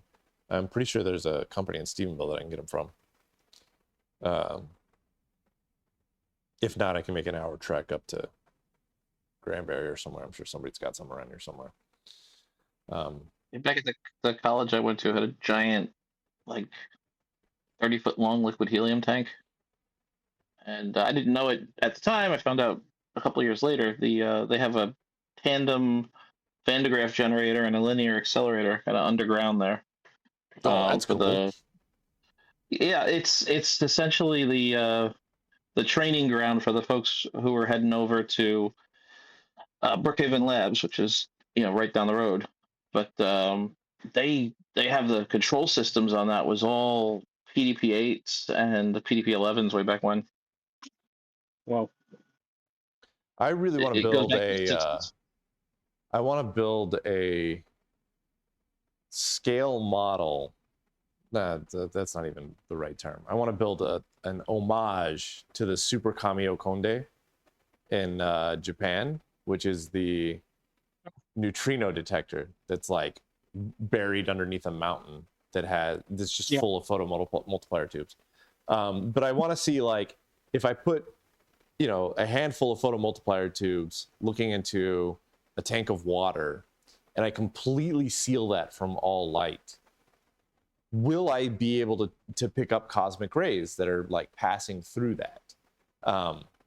And because the idea is that a neutrino hits water, and every once in a while that neutrino excites a molecule of water which phosphoresces, and the photomultiplier tubes pick that up. Yeah, the photomultipliers tube pick up the trace photons, and you get a little blip. And so they bury it underneath a mountain, so that way they can only get neutrinos by that time. Because if they're not that deep, they're getting other cosmic rays and radiation and whatnot passing through it. But I would be like ecstatic if, just to test the concept, like, I recently got a bunch of photomultiplier tubes from Titian, who is a awesome guy. He sent me a ton of really cool stuff. And so, like, it would be like, could we explore that concept of, like, I have a bunch of photomultiplier tubes, they're looking at water, I've got it in a completely light-proof box. So the photomultiplier tubes are only going to pick up photons, and this box has no photons in it. And yet, can we see the photomultiplier tubes picking up the photons of water molecules getting excited from, cosmic rays or whatever passing through it? I think that would be a really fun project. Also to just be like, hey, that was, did you see that blip?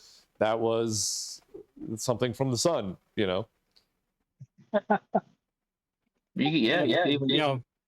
Oh, go ahead. Oh, you could even test that with getting back to the liquid nitrogen, the cloud chamber setup. A source, just to make sure that you can actually detect stuff. Yeah, the cloud chambers are, they call them the cosmic ray detectors or whatnot, right? Because you can see in a cloud chamber, you see the particles leave trails, and it's a very visual, like, wonderful way to demonstrate it. But I want to do it with photomultiplier tubes, right? But yeah, making a cloud chamber to be like, as a comparison point, like, we can see that the cloud chamber is picking up these cosmic particles or whatever they are that are passing through it. So can this miniature Super Kamiokonde also see the same things as well? Yeah, in that case, I'm thinking more. The cloud chamber just lets you see it, but use a source as an alpha particle, beta particle emitter, and then you'll know your tubes are picking it up. But I guess I keep forgetting. It's just you can turn light on, turn a light on in the room, and see if they're working. Yeah. I could just let a little light leak into it. The real trick here is there enough energy to it? Is there enough energy in like the cosmic radiation that's going to be passing through this to excite a molecule of water to the point that it'll emit photons? And that, like, I don't know. Like, I have no idea how sensitive the photomultiplier tubes have to be. I mean, a good photomultiplier tube can pick up a singular photon, right? How much gain you get out of it? Yeah. Yeah, but I mean, I have no concept about this. But I think it would be a fun thing to, like, a fun rabbit hole to kind of dive down and learn on.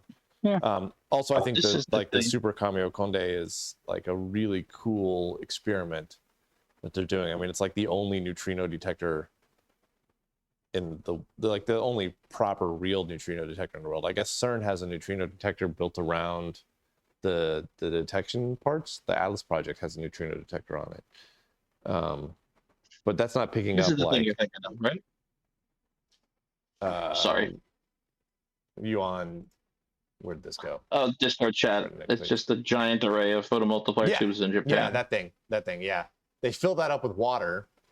So that picture, a couple of people got to go on a tour and like see the inside of that thing, and they took a bunch of pictures and all of that, because they brought it down. They drained all the water for a maintenance run, which happens like once every 10 years or something like that. And so right now, that whole thing is filled with water again. I don't know what kind of water. I mean, I'm imagining it's just water. Distilled, probably. Well, I don't know. It's like 20,000 gallons or something like that. Like, where do you get 20,000 gallons of distilled water? Well, you distill it yourself. Well, and also you need the particles to interact. Like, do you need them to interact with pure H2O, or do you need them to interact with, the impurities that are in water? Like, I have no idea. Like, I'm sure it's all very tightly controlled. Yeah, as far as how you would get all of that pure water, a reverse osmosis plant. The other thing I was thinking of is if would this also work if you were to put like a piece of uranium or something like that on top of the box, or would those particles be too high energy? I don't know. I wish I did know. I mean, that would be something that would be a fun experiment. Like the question is like, what does it take to excite a molecule of water to give off a photon? Is ultimately what the question comes down to. And so does uranium have enough energy to excite a molecule of water to eject some photons? Or does uranium have so much energy that when it excites a molecule of water, that water emits X-rays or gamma rays or whatever, right? Maybe it emits a different wavelength of electromagnetic radiation, right? Something that my detector won't pick up. So I have no idea. This is that, but I think it would be really fun to experiment and try to figure stuff out. I would be the only person in the world that has made a miniature neutrino detector to not detect neutrinos. Yeah. Charles Conde. Yeah. I mean, it's really cool. The reason they bury it under a mountain in Japan is because they have to block out everything except for neutrinos. Neutrinos pass through pretty much everything unimpeded.